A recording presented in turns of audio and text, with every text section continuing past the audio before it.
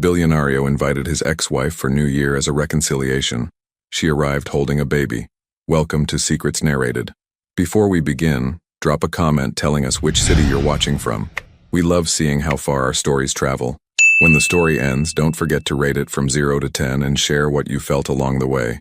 And if you enjoy emotional stories filled with twists and hidden truths, make sure to follow Secrets Narrated so you don't miss the next one. Now sit back, relax, and enjoy every detail. Julian Mercer had built an empire on certainty. At 44, he commanded billion-dollar portfolios with the kind of precision that made investors sleep peacefully at night. His decisions moved markets. His signature closed deals that changed industries. In boardrooms across Manhattan, his name carried weight that younger men spent lifetimes trying to earn. But certainty, he'd learned, had limits. 2 years had passed since Helena Brooks walked out of their Tribeca penthouse, carrying nothing but 2 suitcases and a wedding ring she left on the kitchen counter. 2 years since the lawyers finalized what their hearts couldn't. A clean separation that felt anything but clean. The divorce hadn't been ugly. No infidelity. No betrayal. No dramatic explosion that would have made the split easier to explain at dinner parties he no longer attended. It had been worse than that. It had been honest. Julian stood at the floor-to-ceiling windows of his office, watching December snow fall over Central Park. The city stretched before him in shades of gray and gold, beautiful and indifferent. His reflection stared back, still fit, still sharp in his tailored Tom Ford suit, still the man who'd built Mercer Capital from a single client into a financial powerhouse. Still alone. "Mr. Mercer?" His assistant's voice came through the intercom. "Your 4 o'clock is here." He didn't move. The meeting could wait. Everything could wait. His phone sat on the desk. Helena's number still saved under H with a heart emoji he'd never had the courage to delete. He'd picked it up 17 times in the past month. Put it down 16. The 17th time he'd typed a message. "Thinking about you." He'd deleted it. Tonight would be different.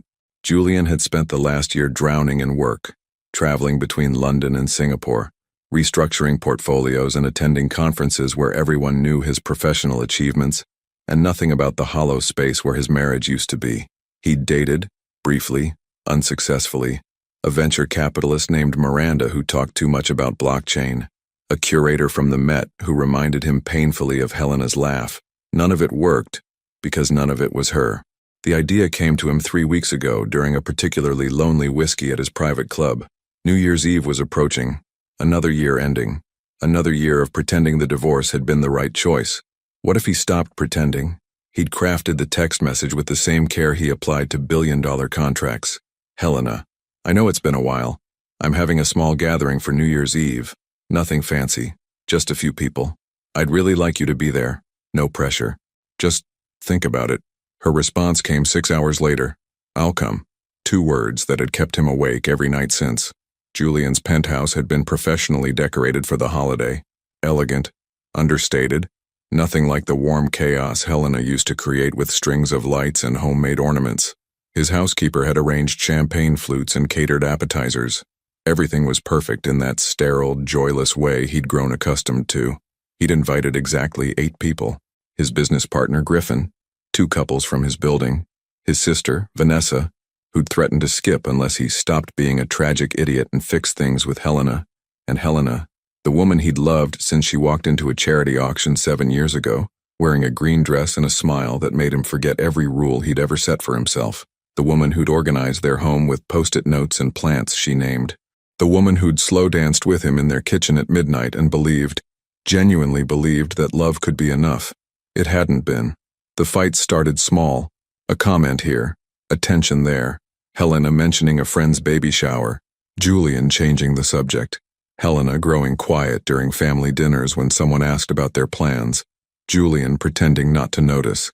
Then came the night she finally said it out loud. "I want children, Julian." 4 words that split their world in half. He'd been honest. Brutally, fatally honest. "I don't. I never have. I thought you understood that. I thought I could live with it," she'd whispered. "But I can't." The end came slowly, then all at once. Months of sleeping in separate rooms. Conversations that circled the same impossible impasse. Love that remained but couldn't sustain itself on good intentions alone. Helena had been the one to file. She'd been the brave one.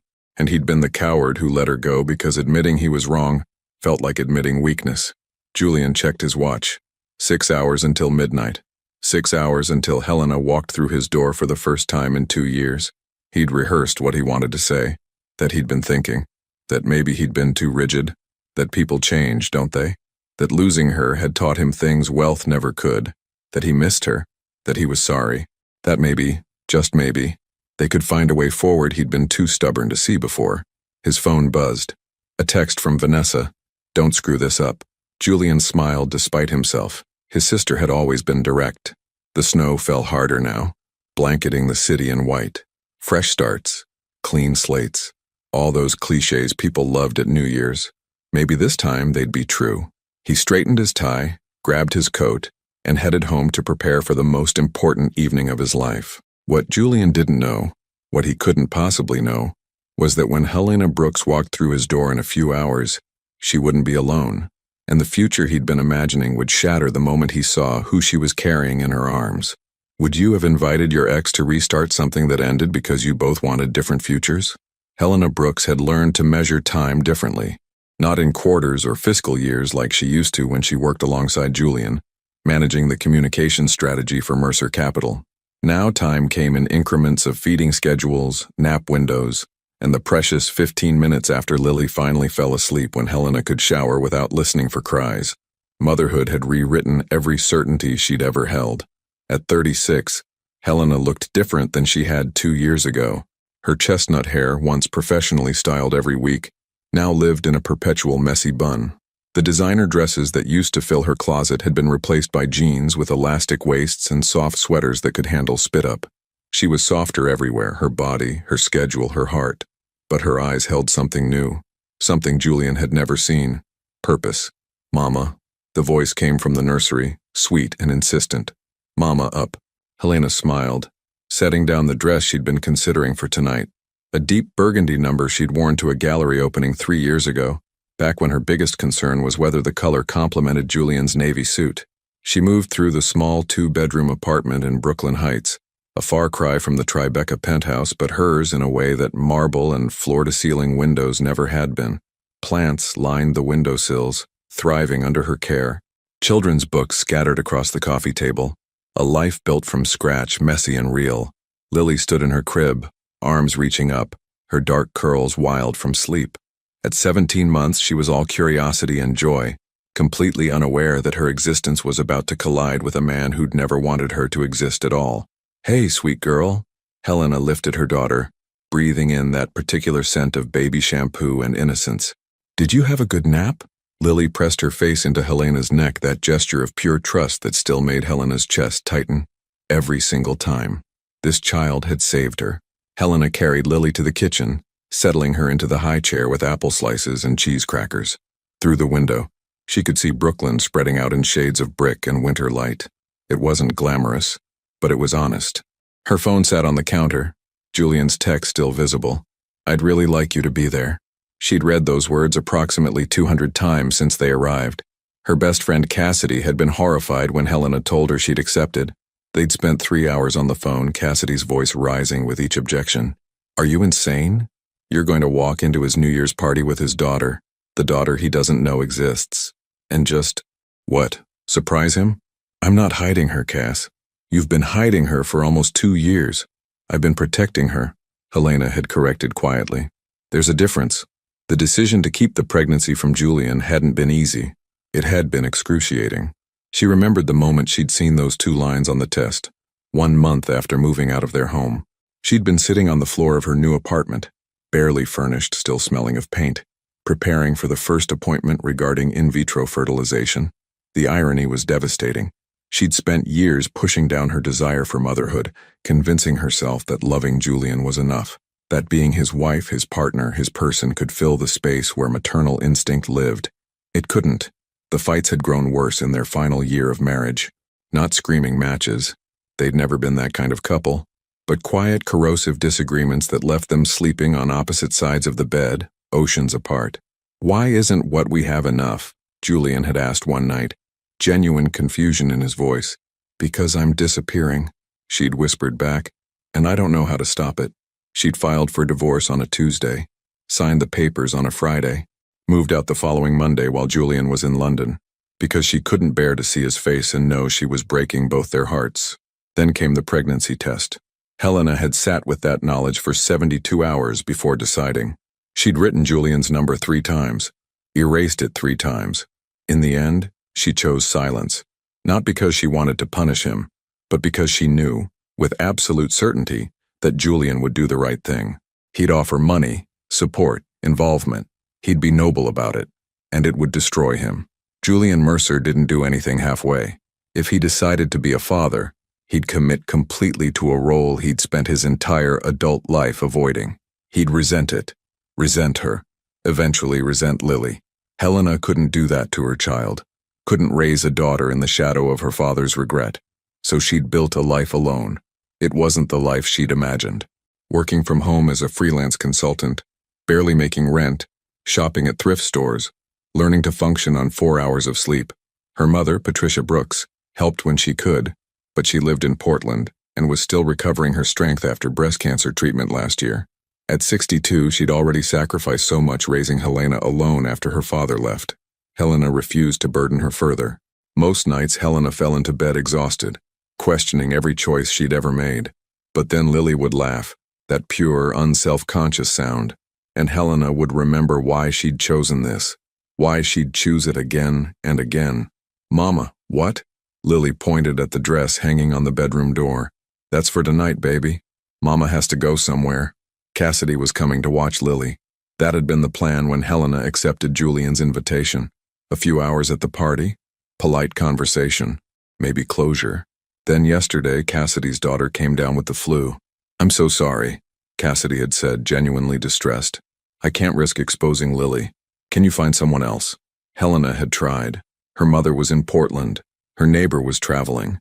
The backup babysitter she sometimes used was already booked, which left one option: bring Lily with her. The realization had settled over Helena like snow, quiet, inevitable, transforming everything. Maybe this was how it was supposed to happen. Not planned, not controlled, just honest. Julian had invited her into his life again. Well, this was her life now. All of it. Helena finished dressing while Lily played with blocks in the living room. The burgundy dress still fit, though differently. Her body had changed, stretched, softened, marked by the physical reality of creating life. She didn't try to hide it. She applied minimal makeup, left her hair down in loose waves. She looked like herself, not the polished corporate wife she'd been, the real version, the mother version, the version Julian had never met. At 7:30, Helena bundled Lily into her winter coat, navy blue with bear ears on the hood. She packed the diaper bag with practiced efficiency. Diapers, wipes, change of clothes, favorite stuffed rabbit, sippy cup, snacks. The Uber ride into Manhattan felt surreal. Lily sat in her car seat, babbling at the lights reflecting off the East River. Helena's heart hammered against her ribs. What was she doing? She could still turn back, text Julian that something came up, protect him from this truth a little longer. But Helena was tired of protecting men from reality. Julian had made his choice 2 years ago. She'd made hers. Now they'd both have to live with the consequences. The car pulled up to the Tribeca building she'd once called home. The doorman, Marcus, still there after all this time, did a double take when he saw her. "Mrs. Brooks? Ms. Brooks, His eyes landed on Lily. His professional composure cracked for just a second. "Hi, Marcus. Mr. Mercer is expecting me." She could see the questions forming. She kept walking. The elevator rose through floors she'd once counted as hers. Lily pressed her face against the glass, delighted by the ascending numbers. Helena's hands shook. The doors opened to the penthouse level. She could hear voices, laughter, the gentle jazz that Julian always played at gatherings. She stepped into the private hallway, adjusted Lily on her hip. The baby was getting heavy, aware suddenly that this was somewhere new. Helena knocked. The door opened, and Julian Mercer, the man she'd loved, the man she'd left, the man whose child she carried, stood there in a charcoal suit that made his gray eyes luminous. His smile was so hopeful it broke her heart. Then he saw Lily. The smile didn't fade. It froze, then shattered. Helena watched every emotion cross his face in the span of 3 seconds. Confusion, recognition, shock, denial, realization. His lips parted. No sound came out. Behind him, she could hear someone asking who was at the door, but Julian didn't move, didn't breathe. He just stared at the 17-month-old girl in Helena's arms, the girl with his dark curls and her hazel eyes, the girl who was currently trying to grab the expensive watch on his wrist. "Hi, Julian," Helena said softly. "Can we come in?" Julian's brain had stopped processing information. He stood in the doorway of his penthouse, the place he'd spent 3 weeks preparing for this exact moment, and every rehearsed word evaporated. Helena stood before him, looking simultaneously familiar and foreign, her hair longer, her face softer, her body curved in ways he didn't remember, wrapped in a burgundy dress he did remember. But none of that mattered, because in her arms was a child, a little girl with dark curls that caught the hallway light exactly the way his did, with a round face and curious eyes that were tracking his watch with the kind of focus he recognized from his own reflection. The world tilted. "Julian?" Helena's voice was gentle, patient, like she was talking to someone in shock. He was in shock. His voice came out rough. He cleared his throat. Tried again. "Helena, can we come in?" she repeated. Behind him, he heard footsteps. Vanessa's voice calling out, "Jules, who is it?" The caterer said. His sister appeared at his shoulder and stopped mid-sentence. "Holy shit," Vanessa breathed. The curse seemed to break whatever spell had frozen Julian's muscles. He stepped back automatically, creating space. Helena moved past him into the foyer, and he caught the scent of her perfume. Different than before, something warmer, vanilla maybe, mixed with baby powder. The child, his daughter, his brain supplied unhelpfully, "That's your daughter," wiggled in Helena's arms, reaching toward the chandelier overhead. "Light," the little girl said clearly. "Mama, light." She could talk. Of course she could talk. She looked about a year old, maybe older. Children talked at that age. Julian knew this academically. He'd never paid attention to developmental milestones, never needed to, never wanted to. "Yes, baby, that's a light," Helena murmured, shifting the child's weight on her hip with practiced ease. Vanessa was staring between them with her mouth slightly open. In the living room, Julian could hear Griffin laughing at something, oblivious to the bomb that had just detonated in the foyer. "I need to," Julian gestured vaguely toward the living room. "There are people." "I know," Helena said quietly. "I'm sorry. My babysitter canceled, and I couldn't find anyone else. I should have called, but how old is she?" The question came out harder than he intended. Helena's expression shifted, something protective settling over her features. 17 months. Julian did the math instantly.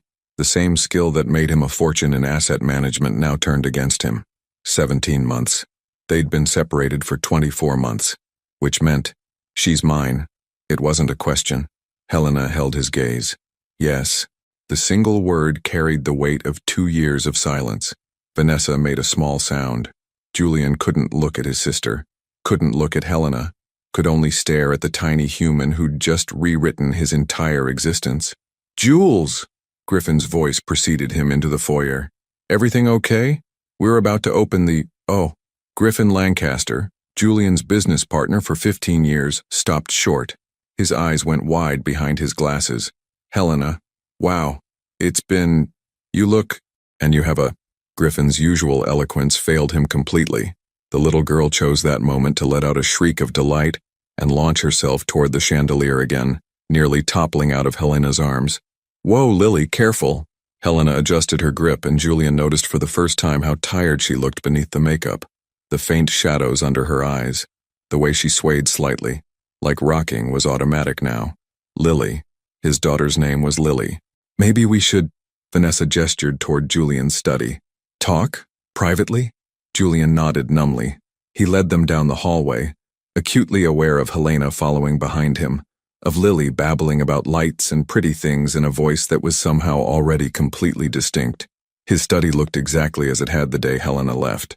Dark wood, floor-to-ceiling books, the desk where he'd signed divorce papers with hands that shook. Helena set Lily down on the Persian rug. The child immediately toddled toward the bookshelf, reaching for volumes worth more than most people's monthly rent. "Lily, gentle," Helena said, moving to intercept. "Let me..." Vanessa dropped to the floor beside Lily with surprising grace. "Hey, sweetheart, want to see something cool?" She pulled out her phone, opening some kind of toddler app with bright colors and music. Lily was instantly mesmerized, which left Julian and Helena standing on opposite sides of the room that used to be theirs. Helena spoke first. I know you have questions. Questions? Julian laughed, a sound with no humor in it. That's one way to put it. I'll tell you everything. But maybe not tonight? Not like this? You brought her to my New Year's party, Helena. You walked into my home with a child I didn't know existed. When exactly did you plan to have this conversation? His voice was rising. He forced it down, aware of Lily playing contentedly with Vanessa just feet away. Helena's jaw tightened. You invited me here, Julian. You texted me out of nowhere after 2 years of silence and asked me to come celebrate New Year's with you. What did you think had changed in my life? Did you imagine I'd just been waiting around for you to decide you were ready to talk again? I thought, he stopped. What had he thought? That she'd be the same Helena who left? That the world had paused while he sorted through his regrets? You thought I'd still be available, Helena finished quietly. That I'd still be the woman who waited for you to make up your mind about what you wanted. The accuracy of that stung. Lily squealed at something on Vanessa's phone. Both Helena and Julian glanced over automatically, some parental instinct he didn't know he possessed already forming. When did you know? He asked. That I was pregnant? About a month after I moved out. A month. His mind raced. And you didn't think I deserved to know? I thought you deserved not to be trapped into something you never wanted. That wasn't your decision to make. Neither was deciding you didn't want children. Helena's voice cracked. You made that choice for both of us, Julian. For our entire marriage, you made that choice. So yes, when I found out I was pregnant after we'd already divorced, I made a choice too. I chose to give my daughter a father who wanted her, even if that father was just me.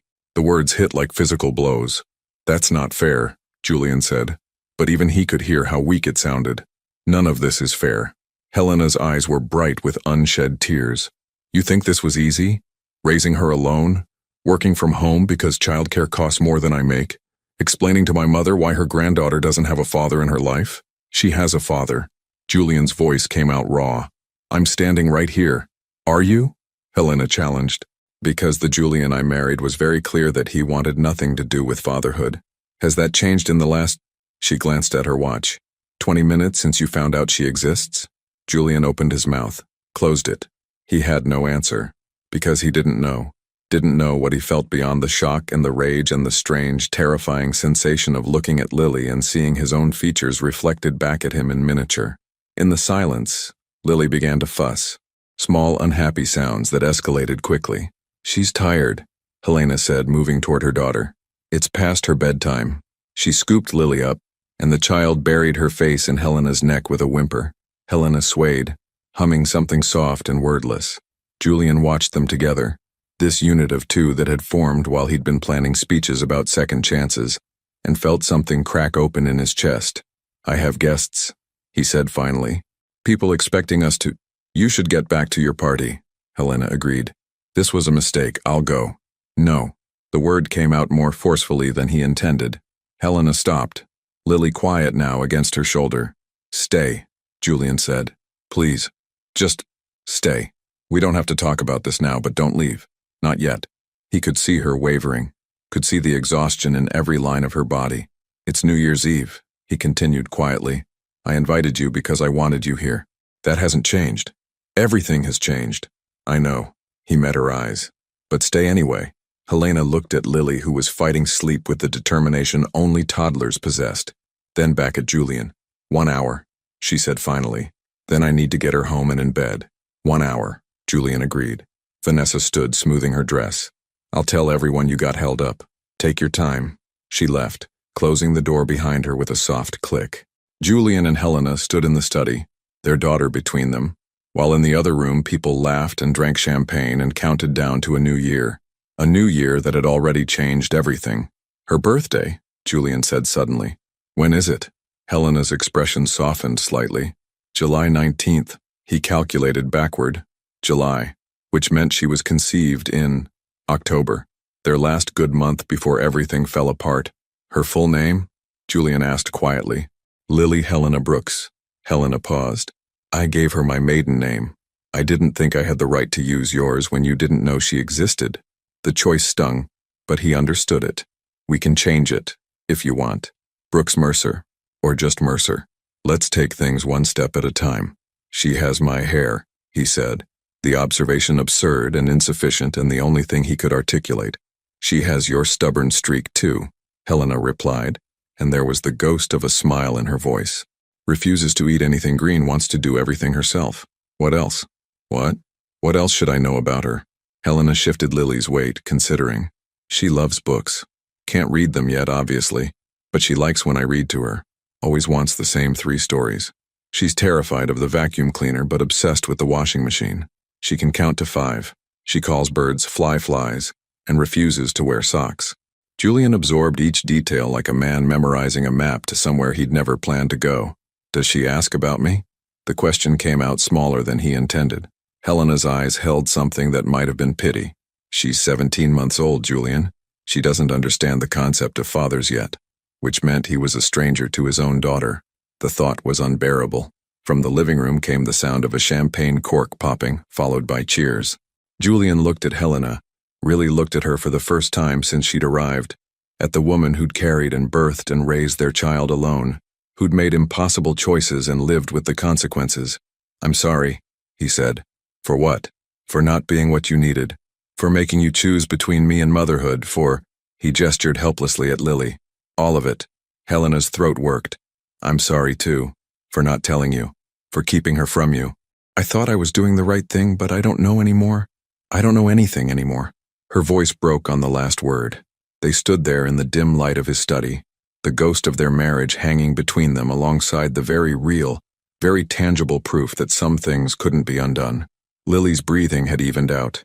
She was asleep on Helena's shoulder. Come on, Julian said softly. Let's get her somewhere comfortable. He led Helena to the guest room, the room that had once been her office. It looked different now, sterile, the personality scrubbed out.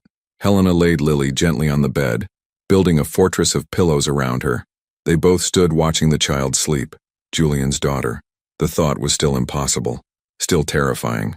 But as he watched Lily's small chest rise and fall, her curls spread across his white pillowcase, something shifted in him. Not certainty, not readiness, but the beginning of something that felt dangerously like wonder. The party felt like a performance Julian had forgotten how to give. He returned to the living room with Helena beside him, acutely aware of how every conversation would stop, how every eye would track them. His guests weren't strangers. They were people who'd watched his marriage dissolve, who'd asked careful questions about Helena for months after she left, who'd eventually learned to avoid the topic altogether. Now she was here, and everything was different. Griffin intercepted them first, handing Helena a glass of sparkling water without being asked. The gesture was so thoughtful it made Julian realize he hadn't even thought to offer her anything. She's beautiful, Griffin said quietly to Helena. Your daughter. Thank you. Helena's smile was genuine but tired. I'm sorry for the dramatic entrance. Are you kidding? This is the most interesting New Year's party I've been to in a decade. Griffin's eyes flicked to Julian with barely concealed concern. You okay, man? Julian nodded because speaking felt impossible. Vanessa was already working the room, her diplomatic skills in full force. She'd somehow spun the situation into something manageable, judging by the curious but not hostile looks being directed their way. The other guests introduced themselves to Helena with varying degrees of awareness. The couple from 12B, Todd and Margaret, who'd moved in after the divorce. A venture capitalist named Chen who worked with Julian on Asian markets. Todd's sister, whose name Julian couldn't remember even though she'd been here for an hour. They made polite conversation, asked about Helena's work, carefully avoided asking about the sleeping child in the guest room. Julian stood slightly apart, nursing a scotch he couldn't taste, watching Helena navigate his world with grace she shouldn't have to summon. She'd always been good at this. Better than him, actually. Helena had a way of making people feel seen, remembered. Even now, exhausted and ambushed by his invitation, she was asking Margaret about her pottery class, complimenting Chen's tie, like the last 2 years hadn't happened. Except they had, and the proof was sleeping down the hall. You're hovering, Vanessa murmured, appearing at his elbow. It's making people nervous. I don't know what to do. With the party? Or with the fact that you're a father? Julian's hand tightened on his glass. Both. Vanessa studied him with the brutal honesty only siblings could manage. You invited her here for a reason, Jules. What was it? I wanted to see if we could... He stopped. The words felt ridiculous now. I thought maybe we could find our way back to each other. And now I don't even know who we are anymore. Across the room, Helena laughed at something Todd said. The sound hit Julian in the chest. He'd forgotten that laugh, the way it started quiet and built into something full and unreserved. He'd missed it. "She's not the same person who left," Vanessa said softly. "I know. Neither are you." Julian looked at his sister. "I don't know how to be what she needs." "Maybe start by figuring out what you need." Vanessa squeezed his arm. "And check on your daughter. She might wake up in a strange place." "My daughter." The words still didn't feel real. Julian excused himself and walked down the hallway. The guest room door was slightly ajar. He pushed it open carefully. Lily hadn't moved. She lay on her back now, arms thrown above her head in complete surrender to sleep. Her mouth was slightly open. One sock had come off. Helena said she hated socks, revealing tiny toes. Julian stood in the doorway, gripping the frame. This was his child. His genetic legacy made manifest. Half his DNA walking around in the world, learning words and refusing vegetables and having opinions about socks. The magnitude of it was crushing. He'd spent 44 years convinced he didn't want this, had built his entire adult identity around the certainty that fatherhood wasn't for him. He'd seen the way it consumed his friends, how they stopped being individuals and became Madison's dad or the twins' father, how their conversations revolved around sleep schedules and school districts and college funds. It had looked like a trap. But standing here, watching this tiny person breathe, Julian felt something he hadn't anticipated. Fear, not of being trapped, but of failing her, of being as absent as his own father had been, physically present but emotionally unreachable, a man who measured worth in profit margins and viewed affection as weakness. Julian had sworn he'd never be that man, so he'd simply opted out entirely. "She's a heavy sleeper." Helena's voice made him turn. She stood in the hallway, backlit by the soft glow from the living room. "That's good," Julian said. "Useful. It is. Though it also means she sleeps through her alarm sometimes. We're working on that." "We?" "Me and Lily." Helena moved to stand beside him, both of them watching their daughter. "Parenting conversations are mostly one-sided at this age. You're doing it alone." It wasn't a question, but Helena answered anyway. "Mostly. My mom helps when she can, and I have Cassidy, my friend. She's got a daughter around the same age. We trade babysitting sometimes. I could help." The words came out before Julian fully thought them through. Helena looked at him, something unreadable in her expression. "Could you?" "I don't know," he admitted, "but I'd like to try." "Julian, I know I don't have a right to ask for anything. I know I failed you, failed both of you, but she's here now, and I'm here, and I don't know how to just not acknowledge that." Helena was quiet for a long moment. In the living room, someone had turned up the music. Soft jazz filled the spaces between their words. "I didn't tell you because I didn't want you to feel obligated," she said finally. "I didn't want Lily to grow up wondering why her father looked at her with regret. You think that's how I'd look at her? I think that's how you looked at every pregnant woman we passed on the street, every baby shower invitation, every conversation about kids." Helena's voice was gentle but firm. "You were very clear about what you wanted, Julian. I believed you. What if I was wrong? Then you need to figure that out before you make promises you can't keep.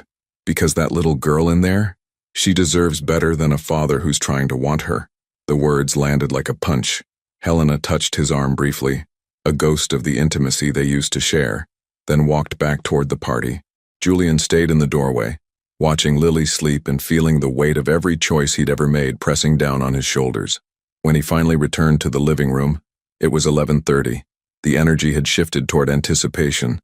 Someone had turned on the TV to watch the Times Square coverage. Champagne glasses were being distributed. Helena stood by the window, looking out at the city lights. She'd always loved this view. Used to say it made her feel like she was part of something bigger. Julian crossed to her. "Can we talk?" "We've been talking. Really talk. Not just," he gestured helplessly, "not just crisis management." Helena turned from the window.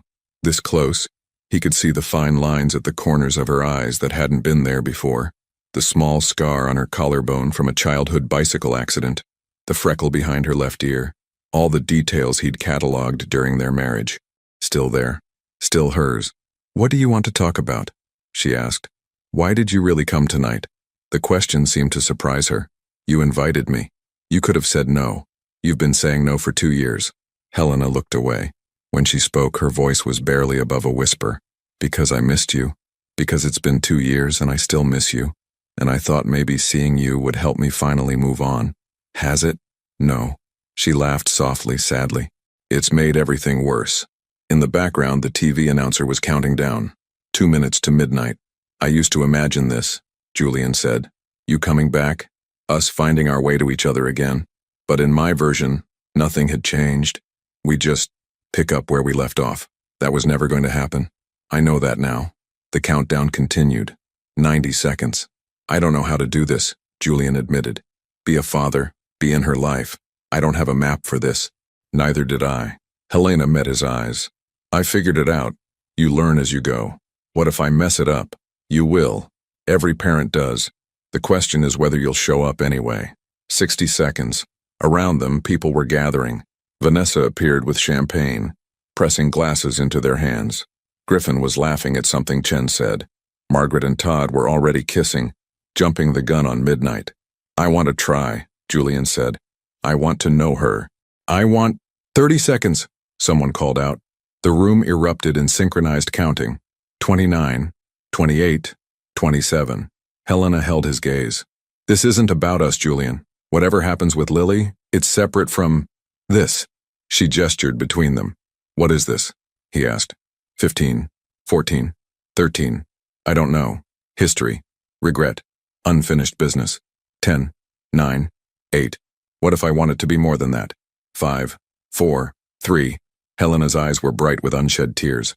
Then you need to figure out who you are now, not who you were when we were married, who you are as a father, as a man who has a daughter, because I won't let you back into my life if you're going to hurt her. 2, 1. Happy New Year. The room exploded in cheers. Couples kissed. Champagne glasses clinked. Confetti that someone had produced from somewhere filled the air.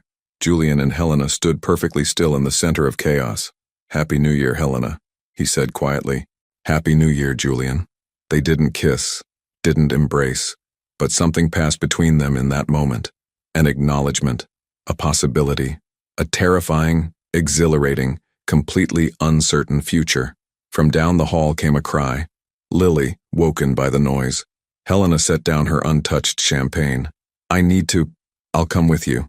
They walked together through the celebrating crowd, down the hallway to where their daughter was sitting up in bed, rubbing her eyes and looking confused.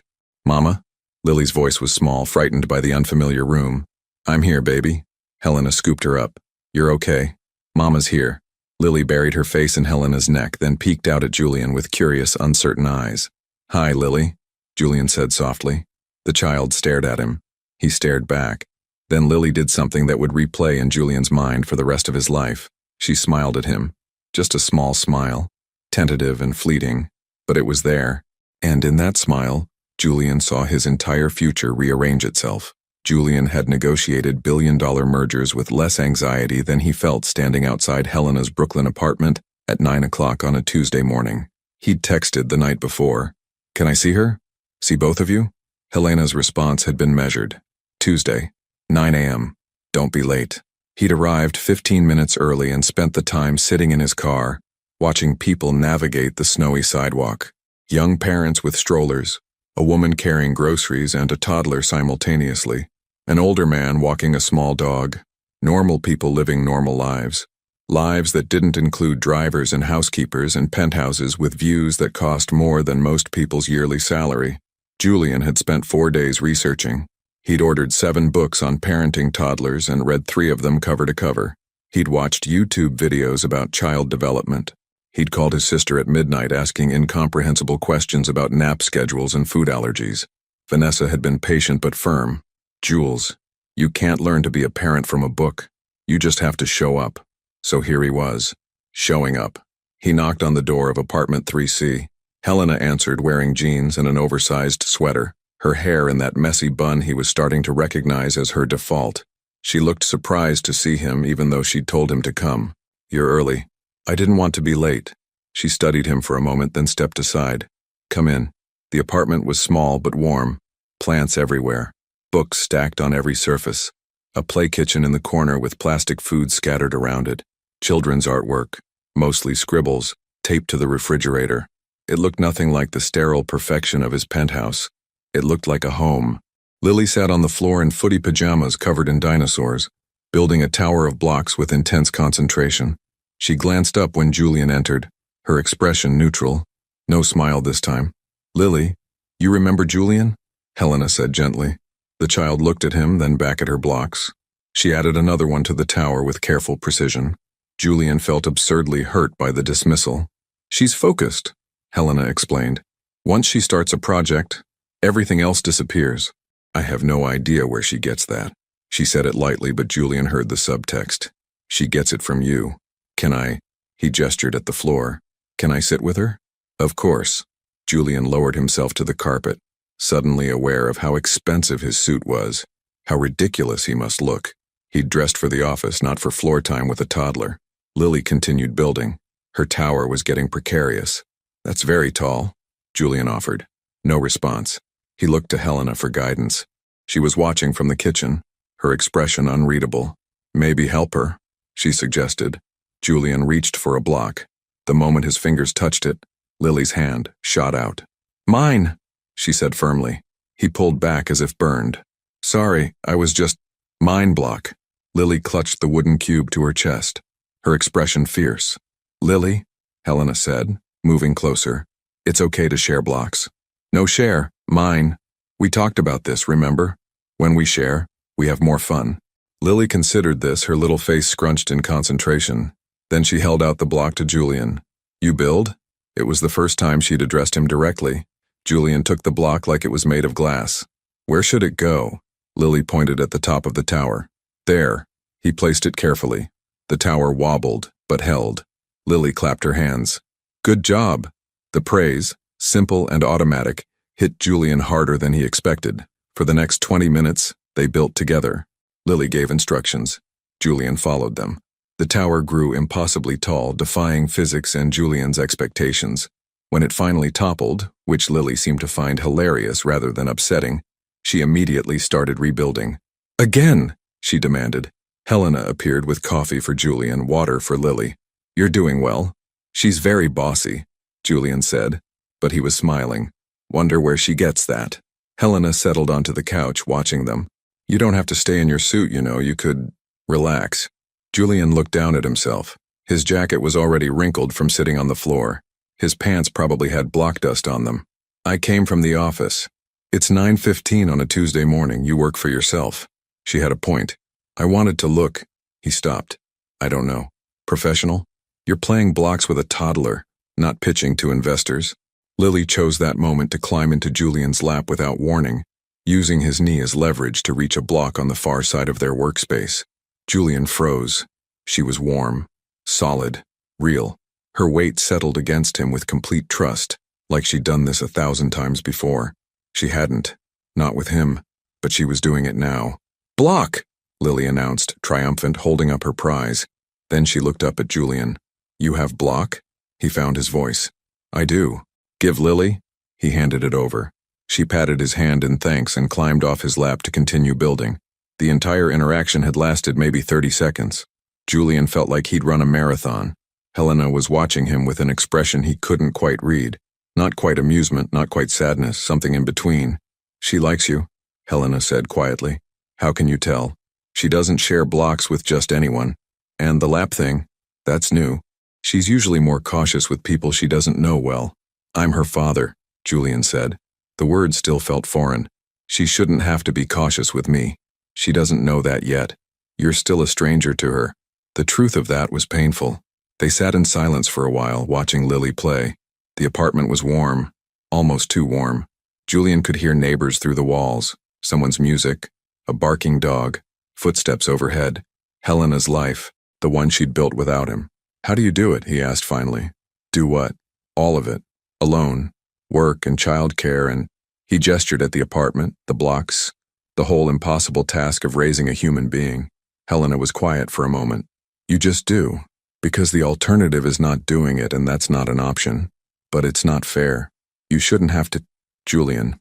She cut him off gently. I chose this. I knew what I was doing when I decided not to tell you. I knew it would be hard. I chose it anyway. Why? Because I wanted her more than I wanted easy, more than I wanted help, more than I wanted… She stopped. More than you wanted me, Julian finished. Helena met his eyes. I wanted you. I always wanted you. I just wanted to be a mother more. The confession hung between them. Lily's tower toppled again. This time she yawned, the crash having less appeal than it had before. Someone's getting tired, Helena observed. Usually she naps around 10.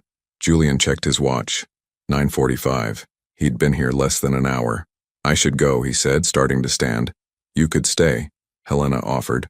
If you want. She usually sleeps for an hour and a half. We could talk. Actually talk. Julian settled back down. Okay. Helena scooped Lily up. Say bye-bye to Julian. Time for a nap. Lily waved sleepily. Bye-bye. Bye, Lily, Julian said. Helena carried her to what must be the bedroom, and Julian could hear soft singing, a lullaby he didn't recognize. He stood, finally removing his jacket and draping it over a chair. The apartment felt even smaller without Lily's energy filling it. Books lined a makeshift shelf, mixture of children's books and what looked like Helena's personal collection, marketing textbooks, novels, a worn copy of Jane Eyre he remembered from their marriage. Photos covered the wall above the couch. Lily at various ages, Helena and Lily together, an older woman who must be Helena's mother. A candid shot of Lily laughing, pure joy captured mid-motion. No photos of Julian. He wasn't part of this history. Helena emerged from the bedroom, closing the door softly behind her. She went down easy, that's rare. You must have worn her out.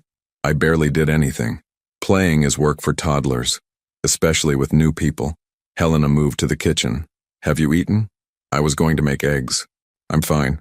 Julian, have you eaten? He admitted he hadn't. Helena pulled out a pan, butter, eggs. She moved around the small kitchen with practiced efficiency, and Julian realized he was watching her cook for the first time in years. They'd had a chef during their marriage, someone who prepared meals they'd eat at the dining table, discussing their days with the kind of surface-level conversation that passed for intimacy. This was different. Intimate in a way those dinners never were. Scrambled okay? Helena asked. Perfect. She cooked in silence. Julian sat at the small table, barely big enough for two, and felt the weight of everything unsaid pressing down. Helena served the eggs with toast and more coffee. She sat across from him, the table so small their knees almost touched. So, she said, talk. Julian set down his fork. I want to be involved. In Lily's life, in whatever capacity you're comfortable with. What does involved mean to you? I don't know. Visits? Time together? I want to learn about her. I want her to know me. And financially? Julian blinked. Of course. Whatever you need. I should have been contributing from the beginning. I'll set up an account. I don't want your money, Julian. Helena, you're raising my daughter in... He stopped himself. In what? A tiny apartment in Brooklyn? While you live in a penthouse in Tribeca? Her voice was sharp. You think I don't know the difference? You think I don't lie awake at night worried about rent and daycare costs? Then let me help. I don't need your guilt money. It's not guilt money. It's child support. It's my responsibility. They stared at each other across the table. I need to think about it, Helena said finally. There's nothing to think about. She's my daughter. I should be supporting her. It's not that simple. Why not? Because money means strings. It means you get a say in decisions. It means I lose some autonomy. And I've built this life on my terms, Julian. I'm not sure I'm ready to. I'm not trying to take over, he interrupted. I just want to help. That's how it starts. Then it's suggestions about schools, opinions about parenting choices, judgment about the fact that I can't afford the things you think she should have. I would never. You already did. Just now. You were about to say I'm raising her in a small apartment like it's a problem that needs fixing. Julian closed his eyes. She was right. I'm sorry, he said. You're right. I wasn't thinking. Helena's expression softened slightly. I know you mean well, but this is complicated. You can't just throw money at it and expect everything to be okay. Then what do you want from me? I want you to show up. Consistently. I want you to prove that this isn't just novelty or guilt. That you're actually committed to knowing her. I am committed. Are you? Because a week ago you didn't even know she existed. Now you're here in a suit at 9 in the morning, having read every parenting book on Amazon, ready to revolutionize our lives. That's not fair, isn't it? Helena leaned forward. Julian, you're the man who built an empire through sheer determination. When you decide you want something, you consume it. You master it. You win at it. But Lily isn't a merger. She's a person. A tiny person who needs consistency and patience and someone who shows up even when it's boring and hard and not rewarding. You think I can't do that? I think you've never had to. And I think the moment it gets difficult, the moment she has a tantrum in public or refuses to eat dinner or tells you she hates you, you might decide this isn't what you signed up for. Julian's throat tightened. You really think I'd walk away from her? Helena's eyes were sad. I think you walked away from me when I needed you. Why would this be different? The words hit like a physical blow. I didn't walk away, Julian said quietly. You left. I left because you gave me no choice. Because I asked you for something I needed, and you told me you couldn't give it to me. That's walking away, Julian. You just did it while standing still. They sat in heavy silence. From the bedroom came a soft whimper. Lily, dreaming. Both of them tensed, listening. The sound faded. Julian looked at the woman across from him. The woman he'd loved, the woman he'd lost. The woman who'd raised his daughter alone out of fear he'd be exactly what she was accusing him of being.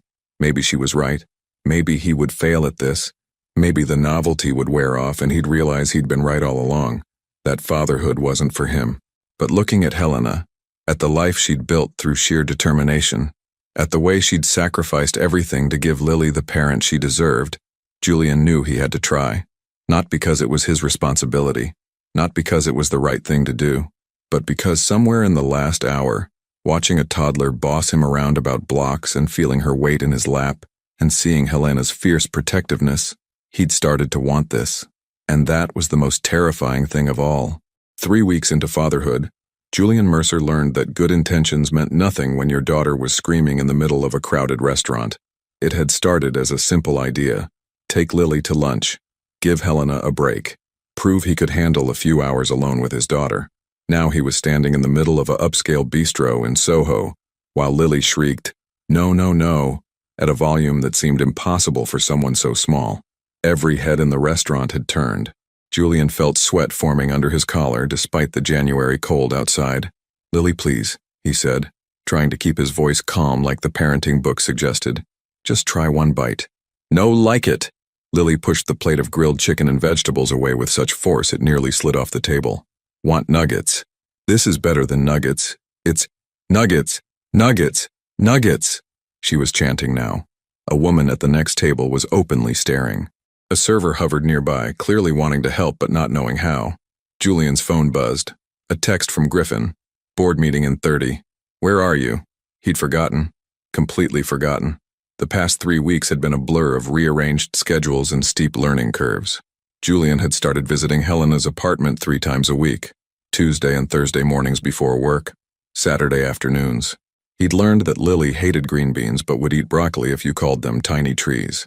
That she needed her stuffed rabbit to sleep but only if it was positioned exactly to the left of her pillow. That she could count to 7 but insisted 6 came after 4. He'd learned that Helena took her coffee black now instead of with cream. That she worked late into the night after Lily went to bed, taking freelance projects that barely covered rent. That she was too proud to ask for help, but too exhausted to refuse it when offered carefully. He'd started contributing financially despite her protests. A checking account in her name that he deposited into monthly. She'd tried to return the first payment. He'd told her to consider it back child support. They'd argued. She'd kept the money. Small victories. But he'd also made mistakes. Like assuming he could take a 17-month-old to a restaurant that didn't have a kid's menu. Like thinking that because he could negotiate with venture capitalists, he could reason with a toddler. "Nuggets!" Lily screamed again, and this time she started crying, real tears streaming down her face. Julian's chest constricted. He'd made his daughter cry. He pulled out his phone, texting Helena with shaking hands. SOS. Restaurant disaster. She won't eat. She's crying. What do I do? The response came seconds later. Where are you? Lumiere. In Soho. A pause. Then, Julian. That's a French bistro. She's 17 months old. I know that now. Order her plain pasta. No sauce. Ask for a side of bread. And for God's sake, get her out of there before she has a full meltdown. Excuse me? Julian caught the server's attention. Could we get plain pasta? Just butter. And bread. And the check. Actually, just the check. We'll take everything to go. The server looked relieved. Of course, sir. Julian scooped up Lily, who was still crying, her face red and blotchy. She immediately buried her face in his shoulder, her small body shaking with sobs. I'm sorry, he murmured into her hair. I'm sorry, Lily. We'll get you food you like. She hiccuped against his neck. He paid quickly. grabbed the takeout bag and escaped to the street. The cold air hit them both, and Lily's crying downshifted to occasional whimpers. Julian stood on the sidewalk holding his daughter, still crying daughter, realizing he had no idea what to do next. His phone buzzed again. Griffin, Jules, meeting, and Helena, are you okay? No, he wasn't okay. He was a 44-year-old billionaire who'd just been defeated by a toddler's lunch preferences. He texted Griffin, cancel the meeting, family emergency. Then Helena, can we come to you? I think we need to regroup, please. 20 minutes later, he was back at Helena's apartment. She opened the door and immediately took Lily from his arms, assessing her with a mother's practiced eye. She's fine, Helena said after a moment. Just overtired and hungry. When was her last nap? Nap? Julian blinked. I didn't know she needed one. It's only 1 o'clock. Helena closed her eyes briefly. Julian, she naps every day at 11:30. We've talked about this. I forgot. You forgot. I was trying to do something nice. Take her somewhere special. She doesn't need special. She needs routine. She needs boring. She needs chicken nuggets and predictability and… Helena stopped, visibly collecting herself. You know what? Let's just get her fed and down for a late nap. She moved to the kitchen, pulling out the familiar dinosaur-shaped nuggets from the freezer. Lily, who'd been quiet since Helena took her, perked up immediately. Dinos, she exclaimed. Yes, baby, dinos. Helena popped them in the toaster oven. Julian, could you get her sippy cup? It's in the fridge. He found it, handed it over, feeling utterly useless. 10 minutes later, Lily was happily eating nuggets at her high chair, the restaurant disaster apparently forgotten. Helena sat across from Julian at the small table, her expression carefully neutral. I'm sorry, he said finally. I thought I was ready to take her out alone. You thought being her father meant doing grand gestures, taking her to fancy restaurants, showing her your world. I wanted her to see. She's 17 months old, Julian. She doesn't care about your world. She cares about nuggets and nap time and that her stuffed rabbit is in the right spot when she goes to sleep. I'm trying. I know you are. But trying isn't enough if you're not listening. Helena's voice was gentle but firm. I've told you about her schedule, about her preferences, about what works and what doesn't. But you keep trying to do things your way. Because your way is… He stopped. What? Too simple? Too ordinary? Helena leaned forward. This is my life, Julian. This is our daughter's life. It's not glamorous, it's not impressive, but it works. Julian looked at Lily, contentedly eating her nuggets, her earlier distress completely forgotten. I'm not good at this, he admitted quietly. No one is at first, but you have to actually learn, not just show up with good intentions. Before he could respond, his phone rang. Not a text, an actual call. He glanced at the screen and felt his stomach drop. Vanessa. His sister never called during work hours unless it was important. I need to take this, he said. Helena nodded, moving to help Lily with her cup. Julian stepped into the hallway. Ness? What's wrong? Where are you? His sister's voice was tight. Helena's apartment. Why? Have you seen the news? What news? Someone leaked the story, Jules. About Lily. About you having a daughter you didn't know existed. It's all over the financial blogs. The Post just called my office for comment. Julian's blood went cold. What? Someone from the New Year's party must have talked. The story broke an hour ago. Billionaire discovers secret love child. Is trending on Twitter. Fuck. Yeah. And Jules? There's a photographer outside Helena's building. Maybe 2. They figured out where she lives. Julian moved to the window, peering down at the street. Sure enough, a man with a camera stood near the entrance, looking up at the building. We need to get ahead of this, Vanessa continued. I've got PR working on a statement, but I need to know what you want to say. Julian's mind raced. This was his world. Crisis management, strategic communications, controlling narratives. But this wasn't a corporate scandal. This was his daughter. I need to call you back, he said. Jules, give me an hour. He hung up and went back inside. Helena was wiping Lily's hands, chatting softly about finishing her lunch. Helena. Something in his voice made her look up. There's a photographer outside your building. The story about Lily leaked to the press. It's everywhere. Helena went very still. What story? That I have a daughter I didn't know about. He gestured between them. They're calling her a secret love child. It's all over social media. He watched the color drain from Helena's face. How did they? Someone from the party. I don't know who. But they know where you live. There are reporters outside. Helena set down the washcloth very carefully. Then she walked to the window and looked out. Julian saw the moment she spotted the photographer. Her shoulders tensed. "This is what your world looks like," she said quietly, not turning around. "This is what I was trying to avoid. I'll fix it. I'll get PR to issue a statement. You'll what, Julian? Make them go away? Make it not true that we have a daughter together? Make it not news that a billionaire has a child he didn't know existed? I can control the narrative. You can't control anything." Helena spun around. "This is my life. Lily's life. We're not a story to be managed. We're not a crisis to be handled. I know that. Do you? Because right now there are men with cameras outside my apartment waiting to take pictures of my daughter, to turn her into a headline. And you want to issue a statement like this is a business problem?" Lily, sensing the tension, started to whimper. Helena immediately went to her, lifting her from the high chair. "Mama sad?" Lily touched Helena's face. "No, baby. Mama's fine." But her voice cracked. Julian felt helpless. "Tell me what you need." Helena looked at him, her eyes bright with tears and anger. "I need to have never come to your New Year's party. I need to have kept my daughter out of your world like I'd been doing for almost 2 years. I need—" Her voice broke. Lily started crying in earnest now, feeding off Helena's distress. "I need you to leave," Helena finished quietly. "Helena, please, Julian, just go. You've done enough." The words were a knife to the chest, but looking at Helena holding their crying daughter, at the life he'd disrupted just by existing in it, Julian realized she was right.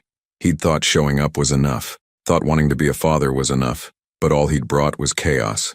Restaurant disasters, paparazzi, scandals, everything Helena had been trying to protect Lily from. "I'm sorry," he said. It felt woefully inadequate. Helena didn't respond. She was focused on soothing Lily, whispering gentle words, swaying in that automatic mother rhythm.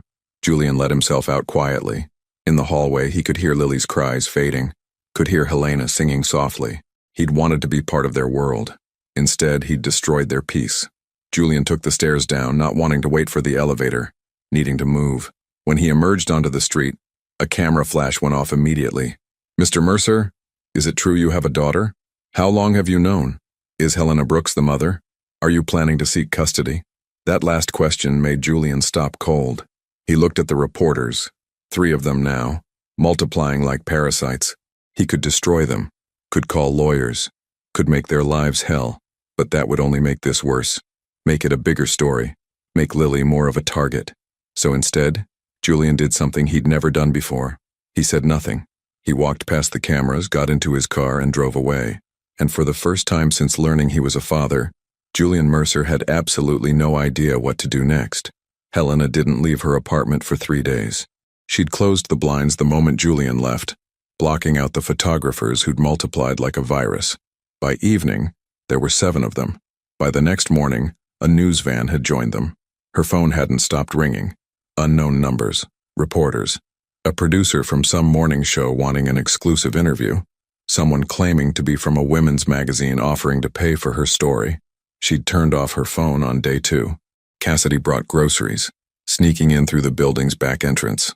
Her mother called the landline, one of the few numbers Helena hadn't blocked, crying and asking if she needed to fly out from Portland. "I'm fine, Mom," Helena had lied. "We're fine." But she wasn't fine. Lily was confused by the sudden confinement, asking repeatedly to go to the park, to see the duckies at the pond they visited every Thursday. Helena had run out of ways to explain why they couldn't leave. She'd tried to work, had 3 projects with deadlines looming, but concentration was impossible. Every time she opened her laptop, she saw the headlines. Mercer's secret baby mama, who is Helena Brooks? Billionaire's hidden daughter, inside the love child scandal, Julian Mercer's mystery, woman from penthouse to single mom. They'd dug up everything. Her marriage to Julian, the divorce, her previous job at Mercer Capital. They'd found her LinkedIn, her college yearbook photo, a picture from a charity gala she'd attended with Julian 4 years ago. Someone had even tracked down her high school boyfriend, who'd given a quote about how she'd always wanted kids. Her life had become public property. Her mother had called from Portland 3 times already, distraught. Patricia Brooks, 62 and recently recovered from breast cancer, wanted to fly out immediately. Helena had convinced her to stay put. The last thing she needed was her mother dealing with photographers and stress. Patricia had raised Helena alone after her father left when she was 8. She'd sacrificed everything to give Helena opportunities. And now Helena was living the kind of chaos her mother had worked so hard to protect her from. And it was all because she'd said yes to a New Year's invitation. On the 3rd day, Helena's landlord called. "Ms. Brooks, I'm getting complaints. The photographers are blocking the entrance. Other tenants are upset. I need you to..." "To what?" Helena had snapped. "Make them disappear? I didn't ask for this. I understand. But if it continues, I may have to ask you to consider other living arrangements." He'd hung up before she could respond. Helena sat on her couch, head in her hands, while Lily napped in the bedroom. She was going to lose her apartment. Because of Julian. Because of one stupid decision to walk back into his world. Her doorbell rang. Helena tensed. The building was supposed to have security, but reporters were persistent. "Helena," a familiar voice through the door. "It's Vanessa, Julian's sister. Can we talk?" Helena hesitated, then opened the door. Vanessa stood in the hallway wearing a tailored coat and an expression of genuine concern. In her hands was a large bag from what looked like a very expensive toy store. "I come bearing gifts and apologies," Vanessa said. "May I?" Helena stepped aside. Vanessa entered, taking in the drawn blinds, the scattered toys, the general atmosphere of siege. She set the bag down carefully. "How are you holding up?" "I'm being evicted because there are photographers camped outside my building." "How do you think I'm holding up?" Vanessa winced. "I'm sorry, it's a mess. Julian's beside himself." "Is he?" Helena's voice was flat. "He hasn't slept in 3 days. He's fired the entire security team for not figuring out who leaked the story. He's threatened to sue every publication that's run your photo without permission. He's managing the crisis," Helena finished. "That's what he does. Everything's a problem to be solved. He cares about you, about Lily. He cares about controlling the narrative. There's a difference." Vanessa was quiet for a moment. "You're not wrong, but you're not entirely right either." She moved to the window, peeking through the blinds at the scene below. "There are at least 10 of them now. I've stopped counting. Helena, I need to be honest with you. This isn't going away, not quickly. Julian's high profile. The fact that he has a daughter he didn't know about, it's news. Add in the human interest angle, the reconciliation attempt on New Year's, the fact that you're raising her alone." "I know," Helena cut her off. "I know it's a story. I know they won't leave until they get what they want. So give it to them." Helena turned. "What?" "Do an interview. One interview controlled on your terms. Tell your story. Then the mystery is gone. They move on." "Absolutely not." "Helena, I'm not putting my daughter on television so America can have their breakfast entertainment. I'm not turning our lives into content." "Then what's your plan? Stay locked in here until they get bored? That could take weeks, months. And in the meantime, you lose your apartment, your work suffers.